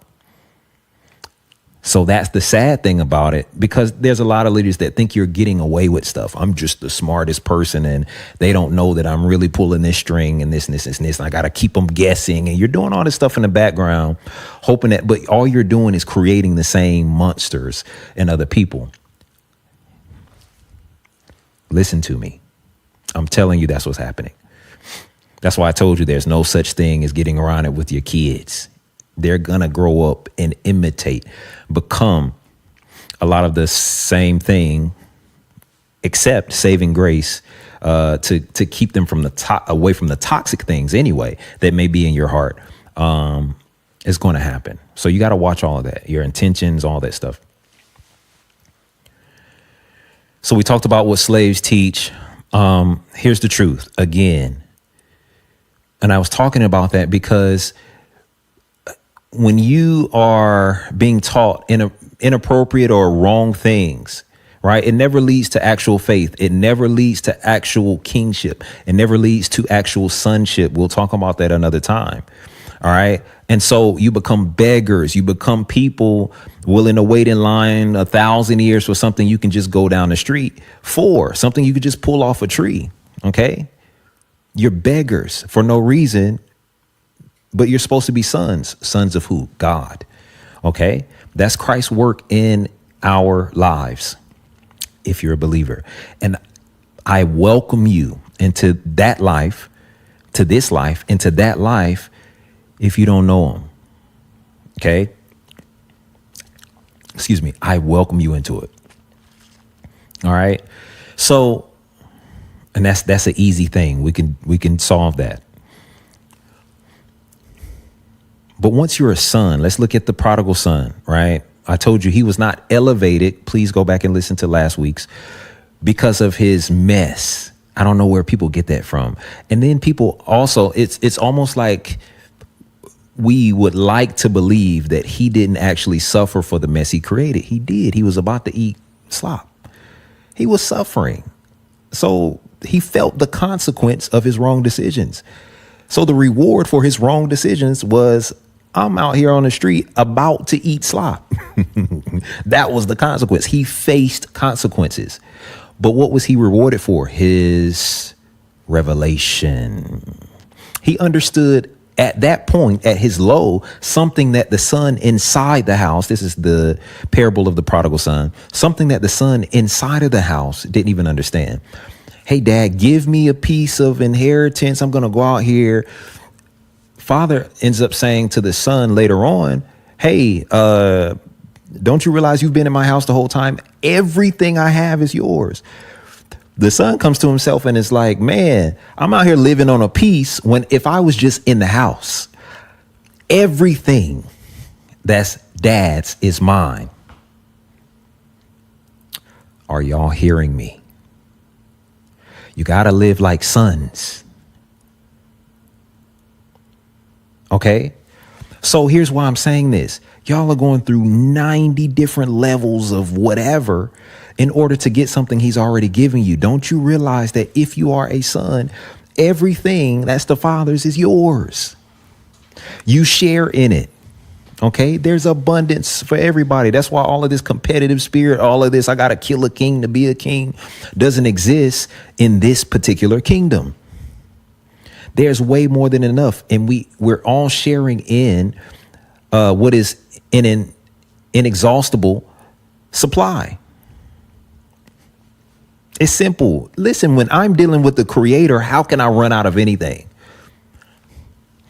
On top of that, because he likes to duplicate himself, we're made in the image of God. If I am then a creator also, how can I run out? I hope y'all are hearing me. But again, slaves have been teaching you. You think there's lack in the world. Lack is a lie. It's not true. But what's happening? Why don't I have XYZ? Because you haven't been yielded. You haven't decided to be made into the person that can have. Period. You have to be made. Okay? So here's what you need to know. One more time, one reference to the very top. A lot of what you have not come into yet is not because life has not provided it. It's because you have not decided it. Okay. So there's a little key I want to give you real quick. Yes. In all your ways, acknowledge him. You need to involve God in everything, but you also need to know what he's already dealt with, because your indecision or your hesitation is coming from a few different places, a lot of places, but we'll name a few today. Some of you are dealing with indecision or hesitation to make a decision, which is the same thing. Number one, because of your lack of awareness in general, right? But I want to point out a couple things that you're not aware of. Number one, we already covered it. Your sonship. Okay. That's a whole nother conversation, though. Like I said, I don't even want to cover that today. But within that, you're not aware of your ability to make a decision. Okay. Within that also, you're not aware of what has already been decided. One inside of one. This is point one inside of the lack of awareness point. Your victory, if you're in God, has already been decided. Now, here's the problem. Some of you don't know that you have to agree with what's already been decided for you. I told you God is not a slave master. So I have to decide on his decision. So you're like, I haven't seen a lot of victory in my life. I thought God won the victory. I thought whatever. You know what you haven't done? You haven't decided his decision. So you don't know, number one, you're not aware that you have to decide what's already been decided. You know, God could tell you all day, I've healed you. I've healed you. I've healed you. I've healed you.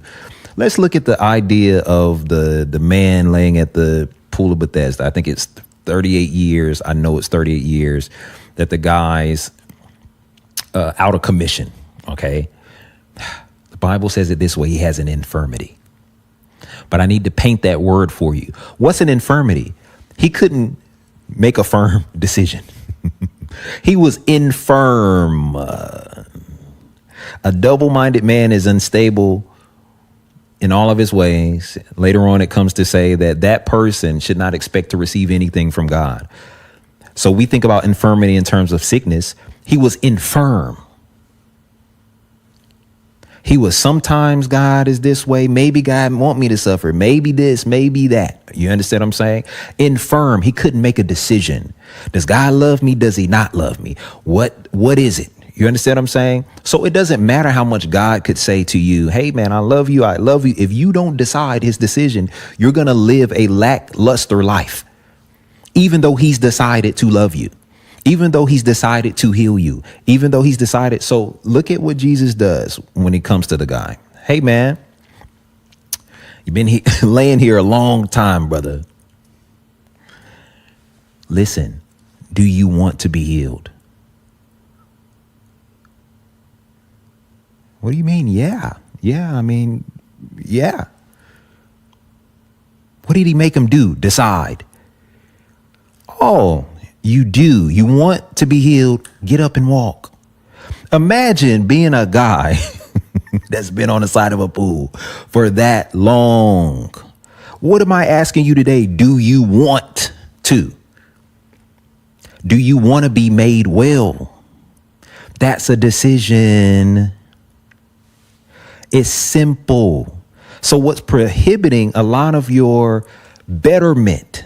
Let's even go back to last week. Some of your elevation. What's prohibiting it is that you haven't decided what he's already decided. So let's look at it this way. God is not a slave master. You have to decide what he decides. He's not going to decide for you. That's why heaven and everything else, if you don't believe there's a hell for any other reason, okay, God is not someone who is qualified in your mind, is mean enough to ever have a disposal company called hell. Okay. Just think of it from this framework. Hell is for the party poopers. Let me not say it that way. Hell is for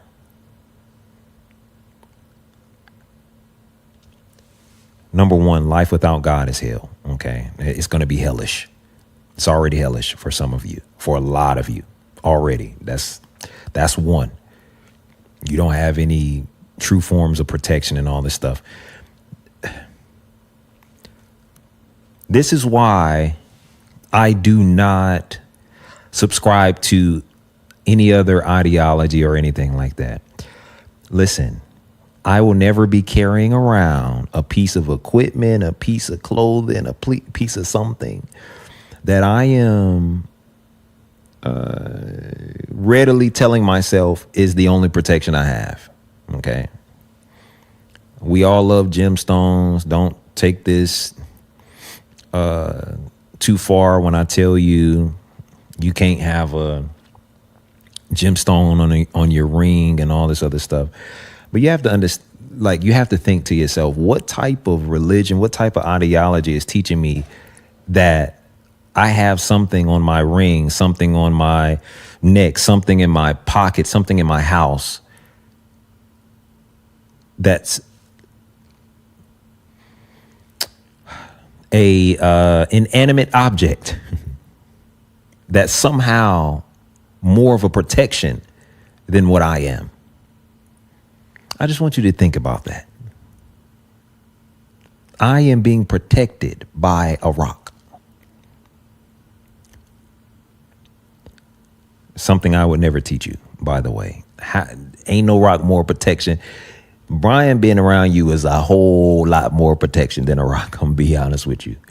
You know, I'm of the type of faith that like, if we going somewhere and you worried, you know, I could see Sally Joe over there and worried her heart out on the plane, on the jet or whatever the situation is on the plane, that she's, praying her heart out, concerned about getting where she's got to go to see her family or something like that. I say, hey, don't worry, Sister Sally. Bryan's on the flight. Okay. You're getting where you're going. If I'm here, trust me. Okay. That I'm saying that way before some illegitimate protective measure called a stone. Unless you're using it like David and you like throwing it at somebody's forehead. Okay. All right. Don't know why I went that rabbit trail, but here we go. Some of your elevation, you haven't decided what he's decided. By the way, my version, here's how I would tell you about the gospel. I learned it this way too. The gospel in and of itself, let's round it up to, I don't even want to use this. It's like everything you could ever want being provided to you in the form of a bank vault. Okay. Why is it predicated upon your belief? Because all I need to tell you to do, that's what God did for you. All right. My job as a promoter of his gospel, his good news is what gospel means, is that, hey, somebody put $1 billion of everything you could ever want in an account somewhere or in a bank vault. You know who are the people that are going to reap and benefit from what God did on their behalf? Those that go and get it. Period. Okay. But what am I saying? You have to believe, you have to decide what's already been decided for you. If he decided to do all that for you, you got to decide what he's decided, or you'll never benefit from what he's decided, because this is a joint effort. Okay. I'm just teaching you. I want to do this in a spiritual way. I'm telling you how important. So think about who would try to rob you of decision making. It's the devil's device for you to be walking around begging for stuff that's already yours, for you to walk around not being able to make a decision about stuff that's already been decided for you. Do you want to be married? Do you want to? And see, a lot of these things, the reason why I say you're making trials out of trivial things, again, where you lack awareness is that he already wants certain things for you. It's too simple. Okay. So some of you just need to be educated on what your rights are, right? As sons, as a believer, or as a person of faith, whatever the thing is, as a spiritual being. Whoa, that takes it to a whole nother level. Because some of you are believing and not spiritual yet. Okay. But we talked a little bit about that last week. Go back and look at it. You're not off the ground yet. So, but by way of elevation, you are now. Okay. It's a declaration. So you got to decide what he's decided. So you need to be aware of what's already been decided for you. If I don't know what I have or what's been done for me, I cannot be made into the person to have those things. Okay. What is it going to take? It's going to take faith. It's going to take development for some of you in particular places. But what's the main thing? I told you what's deciding in the first place. It's to cut away every other option. Have you actually gone to the point of cutting away every other option? I'm telling you, this is faith in and of itself. Have you actually said, this is not going to go any other way but this way? He's already decided it for me. I'm deciding it in him. Okay. Myself. So now it doesn't have a choice but to come. This is faith. I'm teaching you faith without you knowing it. Okay. You got it. Faith is knowing. It's the substance of things hoped for. We don't hope. We know. Okay. All right. What's something else that has been a stumbling block or has been in the way, I should say it that way, of your decision making? That was lack of awareness. Number 2, we got fear of disappointment. Okay. Some of you are drained or actually fearful of just believing. This comes down to a lack of awareness too. Some of that is in there. And by the way, some of these spill over into one another at certain junctures, but it's okay. I've segregated them this way for a reason. So we got fear of disappointment. I've been let down, but again, this is going to come from a human perspective. It's going to come from your earthly dealings. I've been let down so many times by this person. It seems like things haven't turned out this way, right? These are the things that we as people are capable. I don't tell myself these things, but you're capable of telling yourself these things. All right. So why should I believe? Why should, when everything's turned out this way? Okay.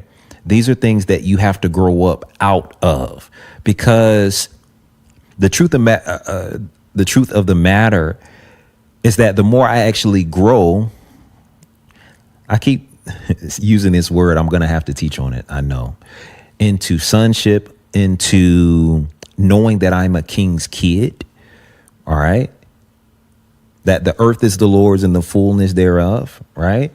Like, the more I learn these things, I get out of, I'll teach you something else. The more I learn what faith is and how it works. Let me tell you one really quick story just to solidify what I'm saying, because the fear of disappointment is something you grow up out of.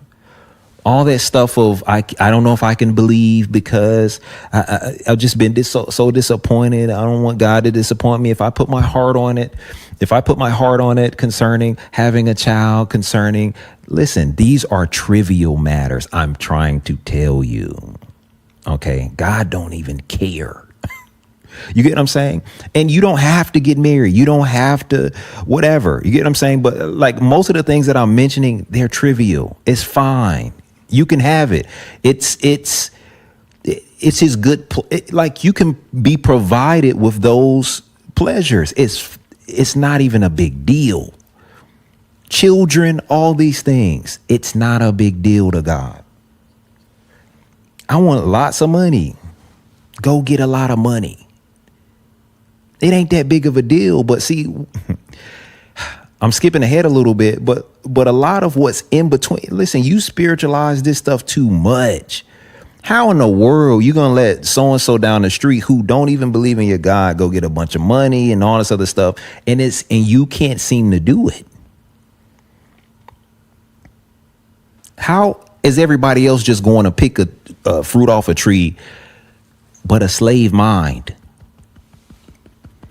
You got to get permission to get something that don't even matter in the long run. It's all going to dust. It doesn't matter. Please just go get some. Please figure out a way to go get some. Read some money mastery, something, right? Do things in a legal way. Do it with God. Commit your ways, submit your ways to God, in the sense of saying, like, involve God in your ways, right? But it ain't an issue. Please just go get the job. Please just go. You're making it too big. It's not this. These are not big issues.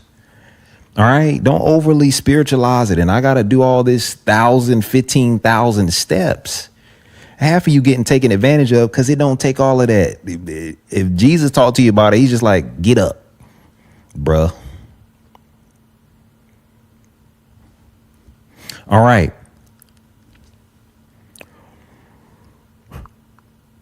Fear of disappointment. If you grow up into what faith actually is, if you understand how it works. So I told you I was going to tell you a real quick story.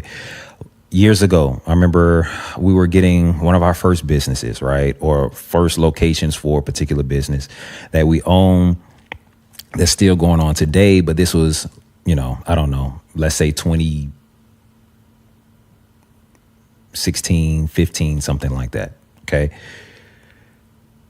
The story goes like this. We were supposed to sign a lease in order to have a particular room to rent out to do a particular thing. Okay. Long story short, we didn't have the money for it, all these things. I'm just showing you how faith works. Now,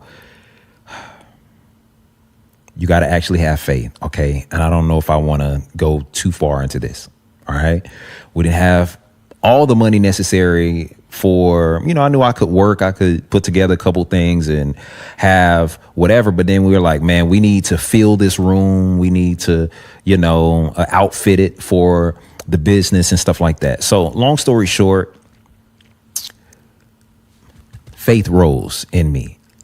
How? I made a decision. There is no other option. You know what? You're going to be in this room. We're going to be in this room. I'm going to outfit it. We're going to outfit it. I'm going to have this, and we're going to have this before this time. In less than a week's time, listen to me.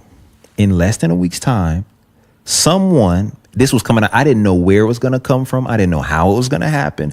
Whatever the situation, I'm being put, listen, to the T, the exact amount I wanted / needed for the particular venture to begin. The exact amount was rolled up in check form and slid in my hand less than a week later.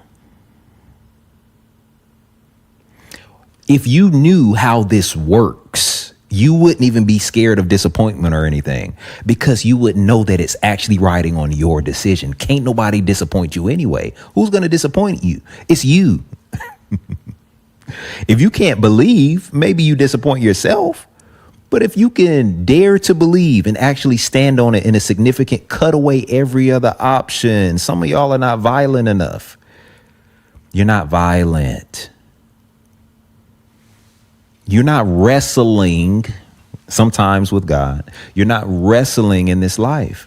You know, like, I'm just being honest with you. What you decide will happen. This is something you got to grow into. I don't want to be with nobody or nobody around me who don't know how to decide what we're doing or where we're going.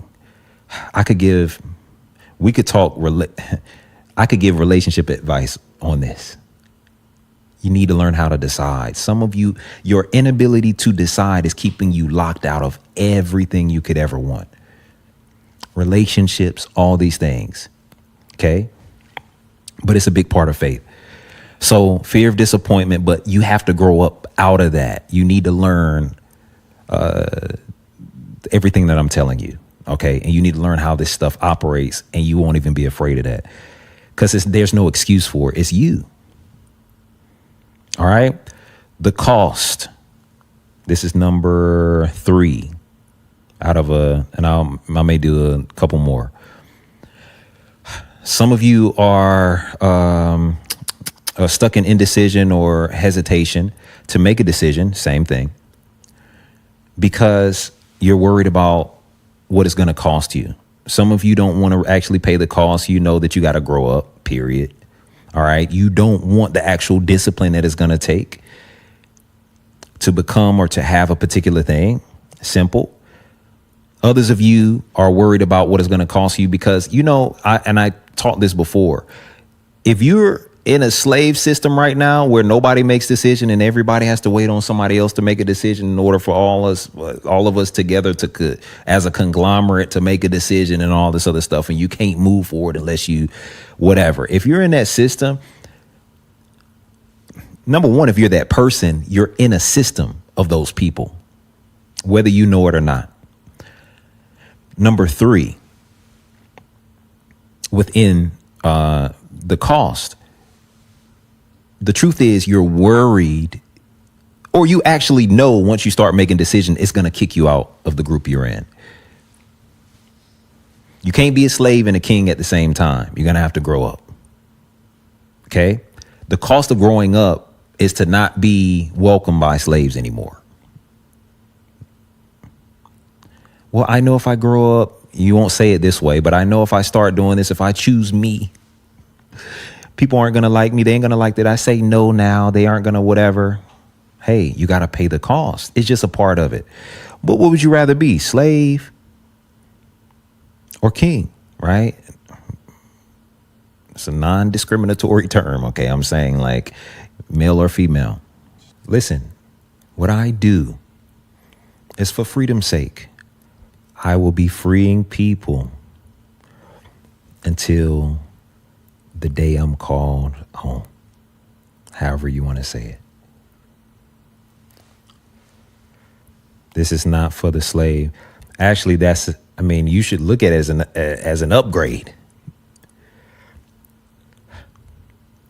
Why would you concern yourself so much, unless it's on behalf of helping someone else or something like that? Why do you care to involve yourself in a life of bondage? And I know it's because some of you have been too comfortable there, but I just need you to look at it this way. And I understand if that's all I've ever known, it's hard to draw away from it until it hurts bad enough, is the truth of the matter. And I don't want to be in any place where I cannot, I came up with devised a small prayer a long time ago. And I bet people are like, how old is this guy? He keeps saying a long time ago. I might be older than you think. But regardless, a long time ago, I came up with this, and I'll pray it every now and then. But the whole thing is, here's Bryan's prayer. I don't want to live with anything less than what he died to give me. Okay? And I know that's a son's right. So why would I be concerned with those who have no concern for living with everything he's died to give them? Told you, lack is a lie. Why would I be concerned with living a lie with others just because there's others that's doing it? What's the point? He's given us everything. All right. So I need to think about it as an issue of freedom rather than as a cost. You get what I'm saying? Yes, there is an exchange. I've said this multiple times. You're going to have to give up one life for another. You're going to have to give up one set of friends for another. But there's friends on the other side. I promise you. We're over here. There's other people like us here. We ain't so bad. Okay?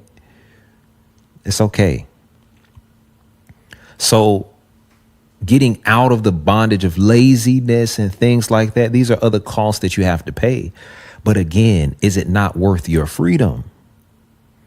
We talked about the keys to elevation. Yeah, you're going to have to be self-sacrificial. You're going to have to stop being so self-preserving as an individual, things like that, right?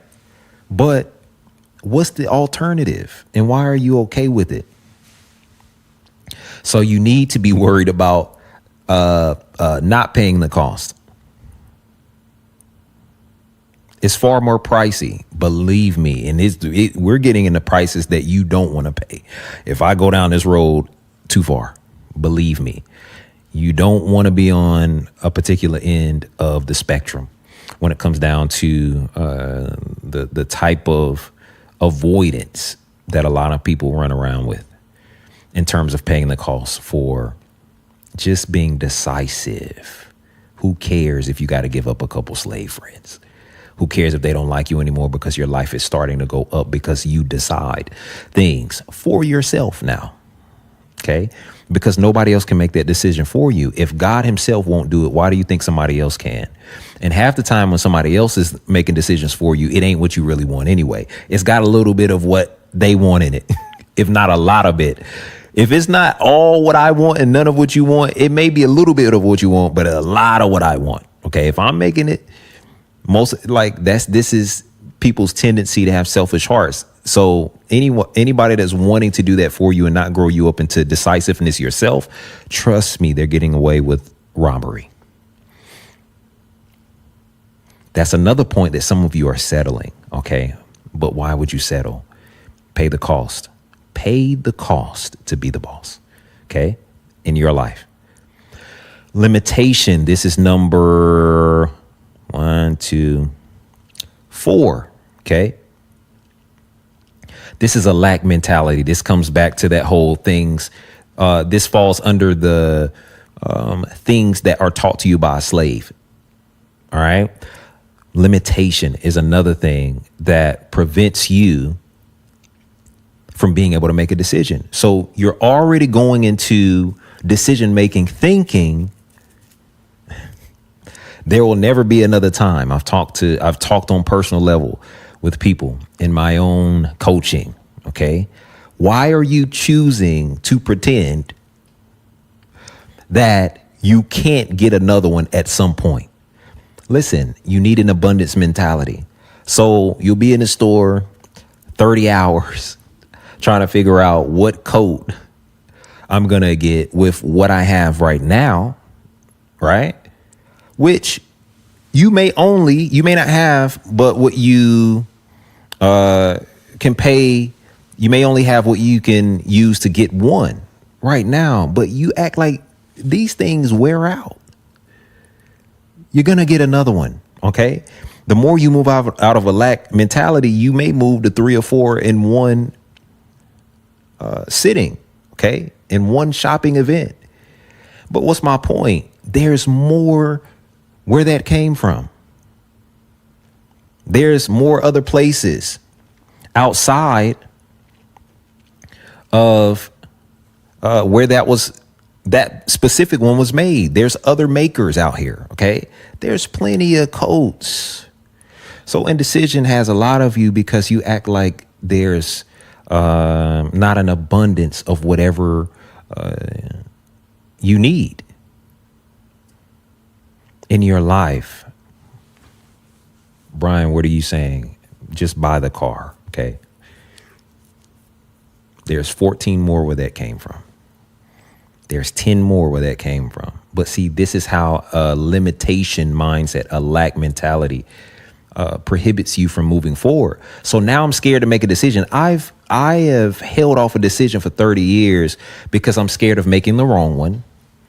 Because in my mind, in the back of my mind, I don't think there's another opportunity.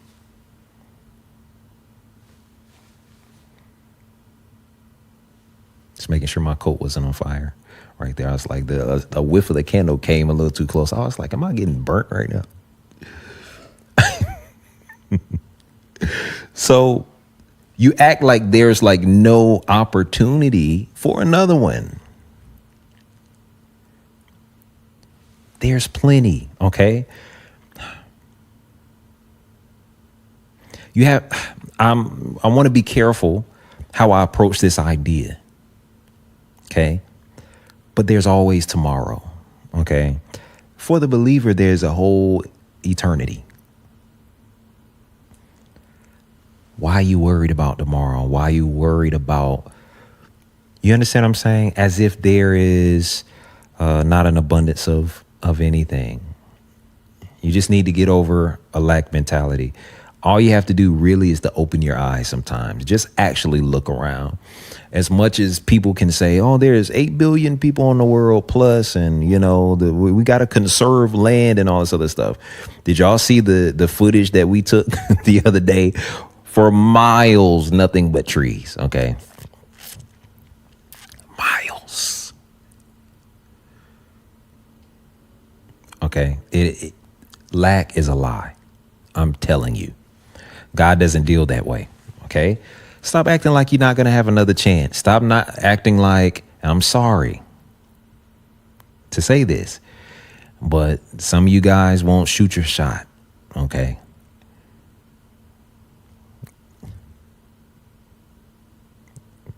I'm trying to see how. All right. But like, listen, if the shot don't go in here, listen. Stop acting like you're not going to have another opportunity, okay, to shoot another one. Best way I could come up with what I wanted to say, all right? It's okay. But if you waste all your time, now in your 30s and your 40s, over the one that you were scared to shoot your shot with, now you don't even know what the response is going to be, because there has to be an appropriate response. But do you know that even I've seen people decide when it comes down to relationships, and it has probably taken them years to get what they actually wanted, but they got it because they decided it. I don't know if I really want to teach you the power of decision, but you can have what you decide. All right. That's King talk. Now, let's do one or two more. Worthiness. Okay, so let me say this really quickly. There's a difference between entitlement and worthiness. True deservingness or worthiness comes intrinsically. It's from God. All right. Anything you're making up for yourself, you're going to end up being entitled. I'm worthy because I did this, because I did this, because I did this. It's false. As far as God is concerned. Again, this is the spiritual edition. All of your deservingness and worthiness comes from God. Period. That's it.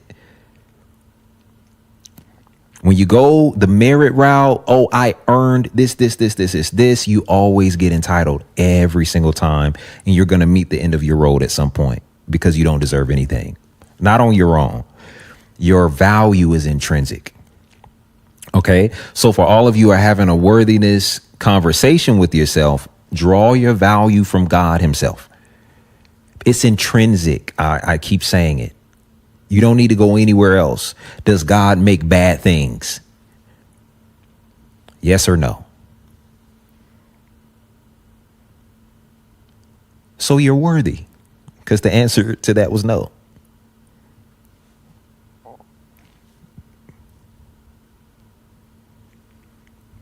The end. All right. Number, what's this? Was 7? 1, 2, 3,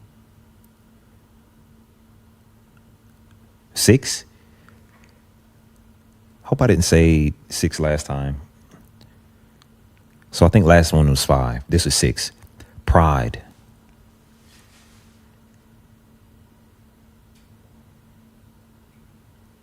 I'll give you a real easy tool to figure out where pride is in your life. It's lack. Especially for a very long time. You lack relationships, especially for a very long time. You're prideful. You lack resources of any type, money, whatever, especially for a very long time. You're prideful. You lack salvation, salvific power, grace, etc., etc., etc. Especially for a very long time. You're prideful. Okay, that's one side of it. But I'm going to tell you what pride does. It starts to see lack as an accomplishment. You start saying things like this suffering of going without what I actually need is my badge of honor for Christ or something like that. All right. We have to be very careful with things like that, because wearing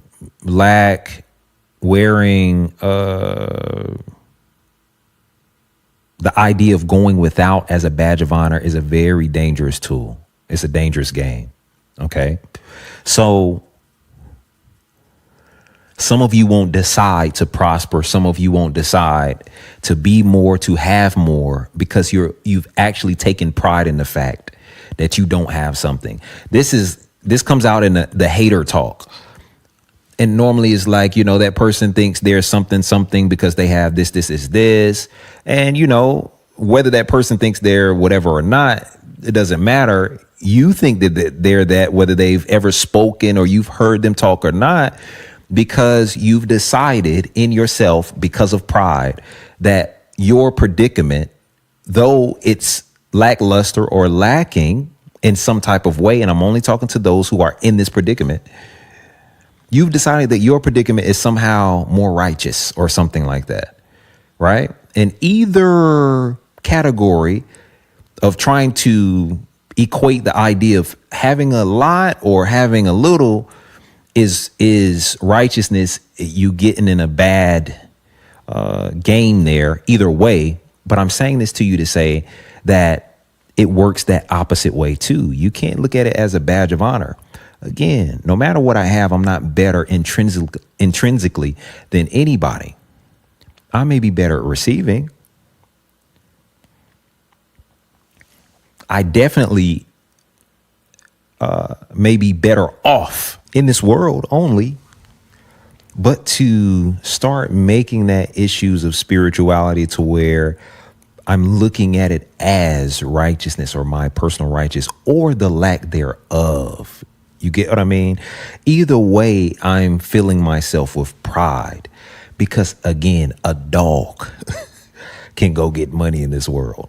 Listen, dogs are winning competitions that end up in their owners getting money.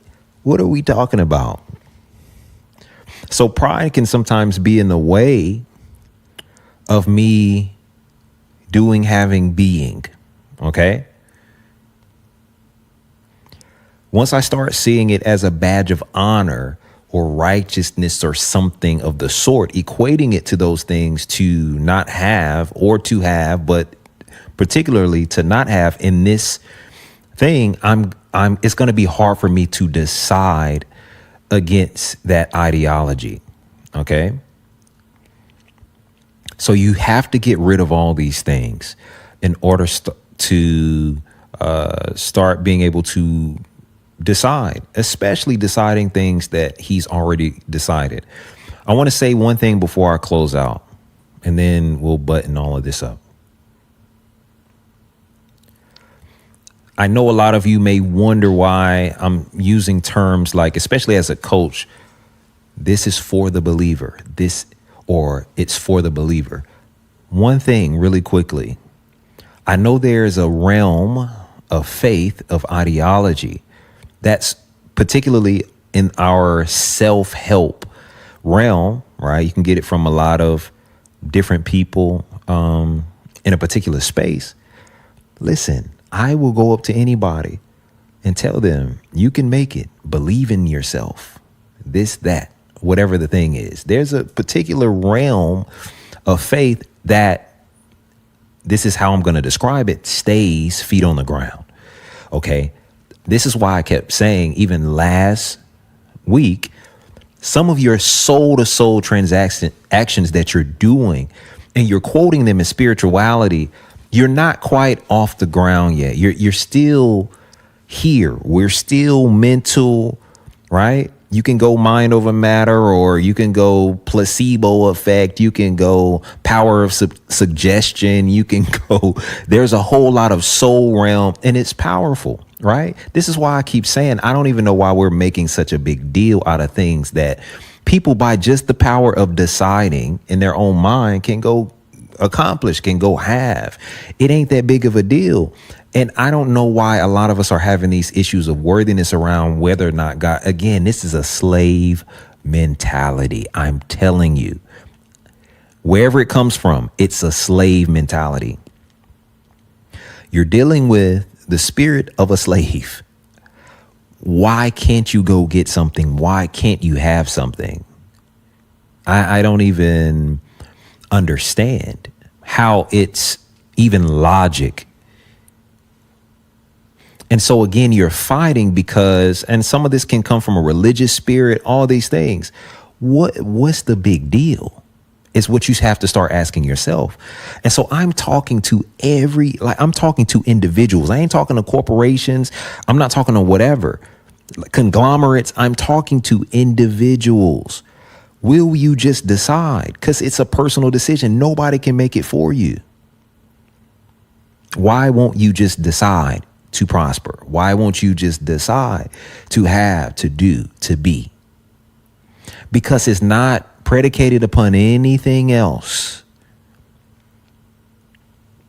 So I'm going to go a little bit. So let me go back real quick. So when I'm talking, this is for the believer, I'm saying now we're moving into some of the things that I'm saying, even in implication, should let you know we're moving. I'm moving out of this soul place into a more, even if it's beginner level, spiritual place, or a spiritual ideology, or a spiritual principle. It's the best way to say it.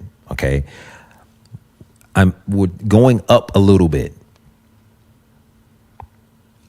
Yeah. Believing yourself. Why I'm maybe different right now as a coach for some of you is because I'm implementing spiritual things into this field. because I'm tired of the like ground living. And it only goes so far. And who's going to coach you into spiritual things? To be honest, y'all got a lot of mind stuff out here. Power of the mind, this in the mind, in the mind, in the mind. You're still in the soul. And most of you still cannot really accomplish what you can only do. None of you can if you're going to only stay there. This is why spiritual sight ain't even a thing for most of you, to be very honest with you. It's why you think salvation has a look. Listen, if you think that this is, I'm just sorry, I'm being honest. It's high indication of spiritual blindness. It's actually, again, I'm not saying you're demonic. It's the demonic ideology. That's like telling God, I love when you made me in your image and stuff like that. But when you made that gorilla, you went too far. You know what I'm saying? How you going to tell God there's no such thing as different cultures and different looks and different ways? Like, oh, when you made black people, you went too far when it was white. All right. Who cannot be saved under heaven? Under a particular name? Who is it? Not beyond skin tone? Is it not beyond a personal look? You get what I'm saying? Now, you can have your own. We all have our own personal likes. And as an office, I could have my rules and things like that as an office. But you can't deal with God like you're dealing with people. OK, that's a whole different thing. That's why I said it's demonic in nature to even start to say, oh, salvation has a how? Since when? We were doing I think I did a recap of something I said in one of the earlier presentations. And I was like, God is saying to Israel or to his chosen people, I put a ring in your nose and I put a ring in your ear. And then somebody I love goes in a comment and says, I love how you bring things to life as if those were my descriptions. I'm like, no, your Bible that a lot of you just don't read, to be honest. God is literally telling the people, I put a ring in your nose. I put a ring in your ear. Okay. I put gold bracelets around you. I adorn you. We don't have time to go into, I don't want to go into everything today because I'm sparing a lot of, I'm easing on the time today.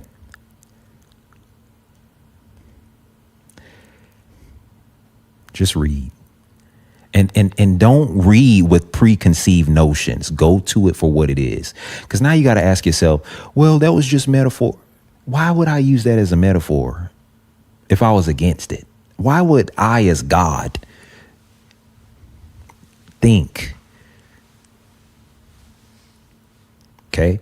Anyway, so my thing, y'all don't know, like Job has his repentance process. He starts. Well, anyway, I was going to tell a joke.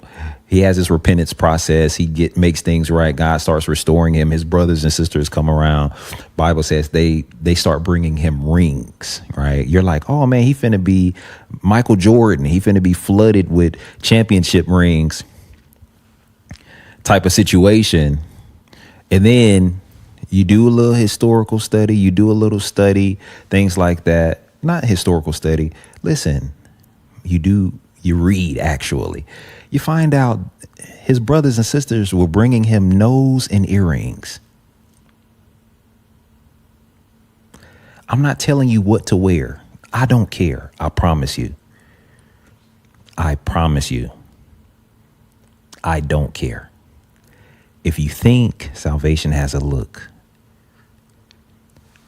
we're talking about pride. So these things can inhibit your ability to even decide, because some of the things you actually want, you're locking yourself out of for no reason. Some of that is religious behavior. I should have put that on the list also. It's number 7, right? Religiosity. It's locking you out of what you could have. Listen, I'm going to get out of here. As you know, it is my desire that you would prosper and continue to prosper. How am I buttoning this up? Decide. It's already been provided. You need to decide. I'm going to go a little bit spiritual real quick. A lot of you have prayed. You're like, God's not giving me a solution to this particular thing because he already gave it. You know, like I'm the person. Sorry, I'm going back into this. I'm the person, and somebody in the room will tell you, if you keep coming to me about the same thing, if I told you 19,000 times a particular thing, and I know this for sure, and you say, well, Bryan, this is this, I'm going to stop answering you after a while. Because even the answer, you've already been provided. Guess what you got to do? Decide. You're making mountains out of molehills. You're making trials out of things that are trivial. It don't matter. You can get 17 buildings. You can get 14 cars. You can get listen, this won't be the only some of you understand what I'm saying? Make the decision. That's all. God will be with you. If he's with me, that's all all I need to know is are you with me? Some stuff he's given us to decide. Something God want to give you keys. We ain't slaves. You're not a slave. Make a decision. Amen. As always, it's our desire that you would prosper and be in health, even as your soul prospers.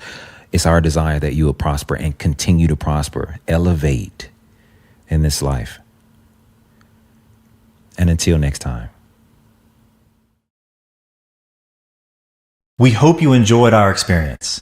If you would like to gain access to more in-depth teachings such as this one, a host of other products and services, or the opportunity to partner with others who are becoming all that they are, join our exclusive membership community. Join the nation, the Iexist Nation. All the info you need can be found in the description of this video. Until next time.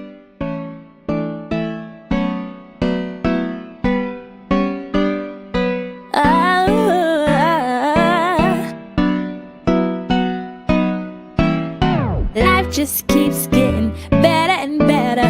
You just wait and see. You don't have to see it now in order to believe. Life just keeps getting better and better.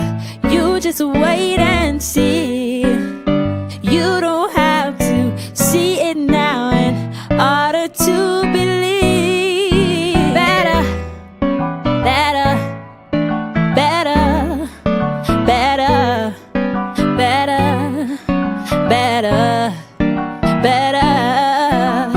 Ooh, better, better, better, better, better, better, better. Life just keeps getting better and better. You just wait and see. You don't have to see it now in order to believe. Life just keeps getting better and better. You just wait and see. You don't have to see it now in order to believe. Better, better, better, better, better, better, better.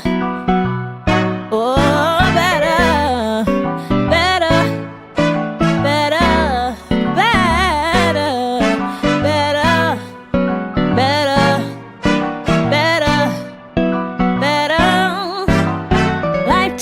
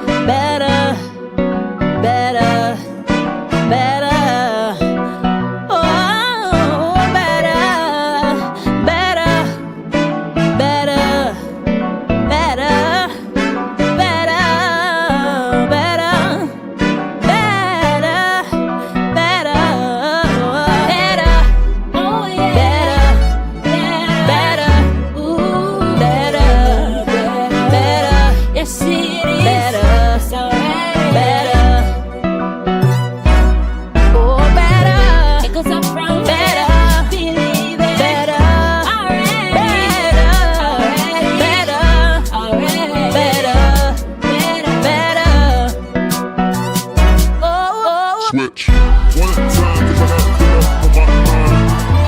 One time, 'cause I got better on my mind. One time, 'cause I got better on my mind. I got better on my mind. I got better on my mind.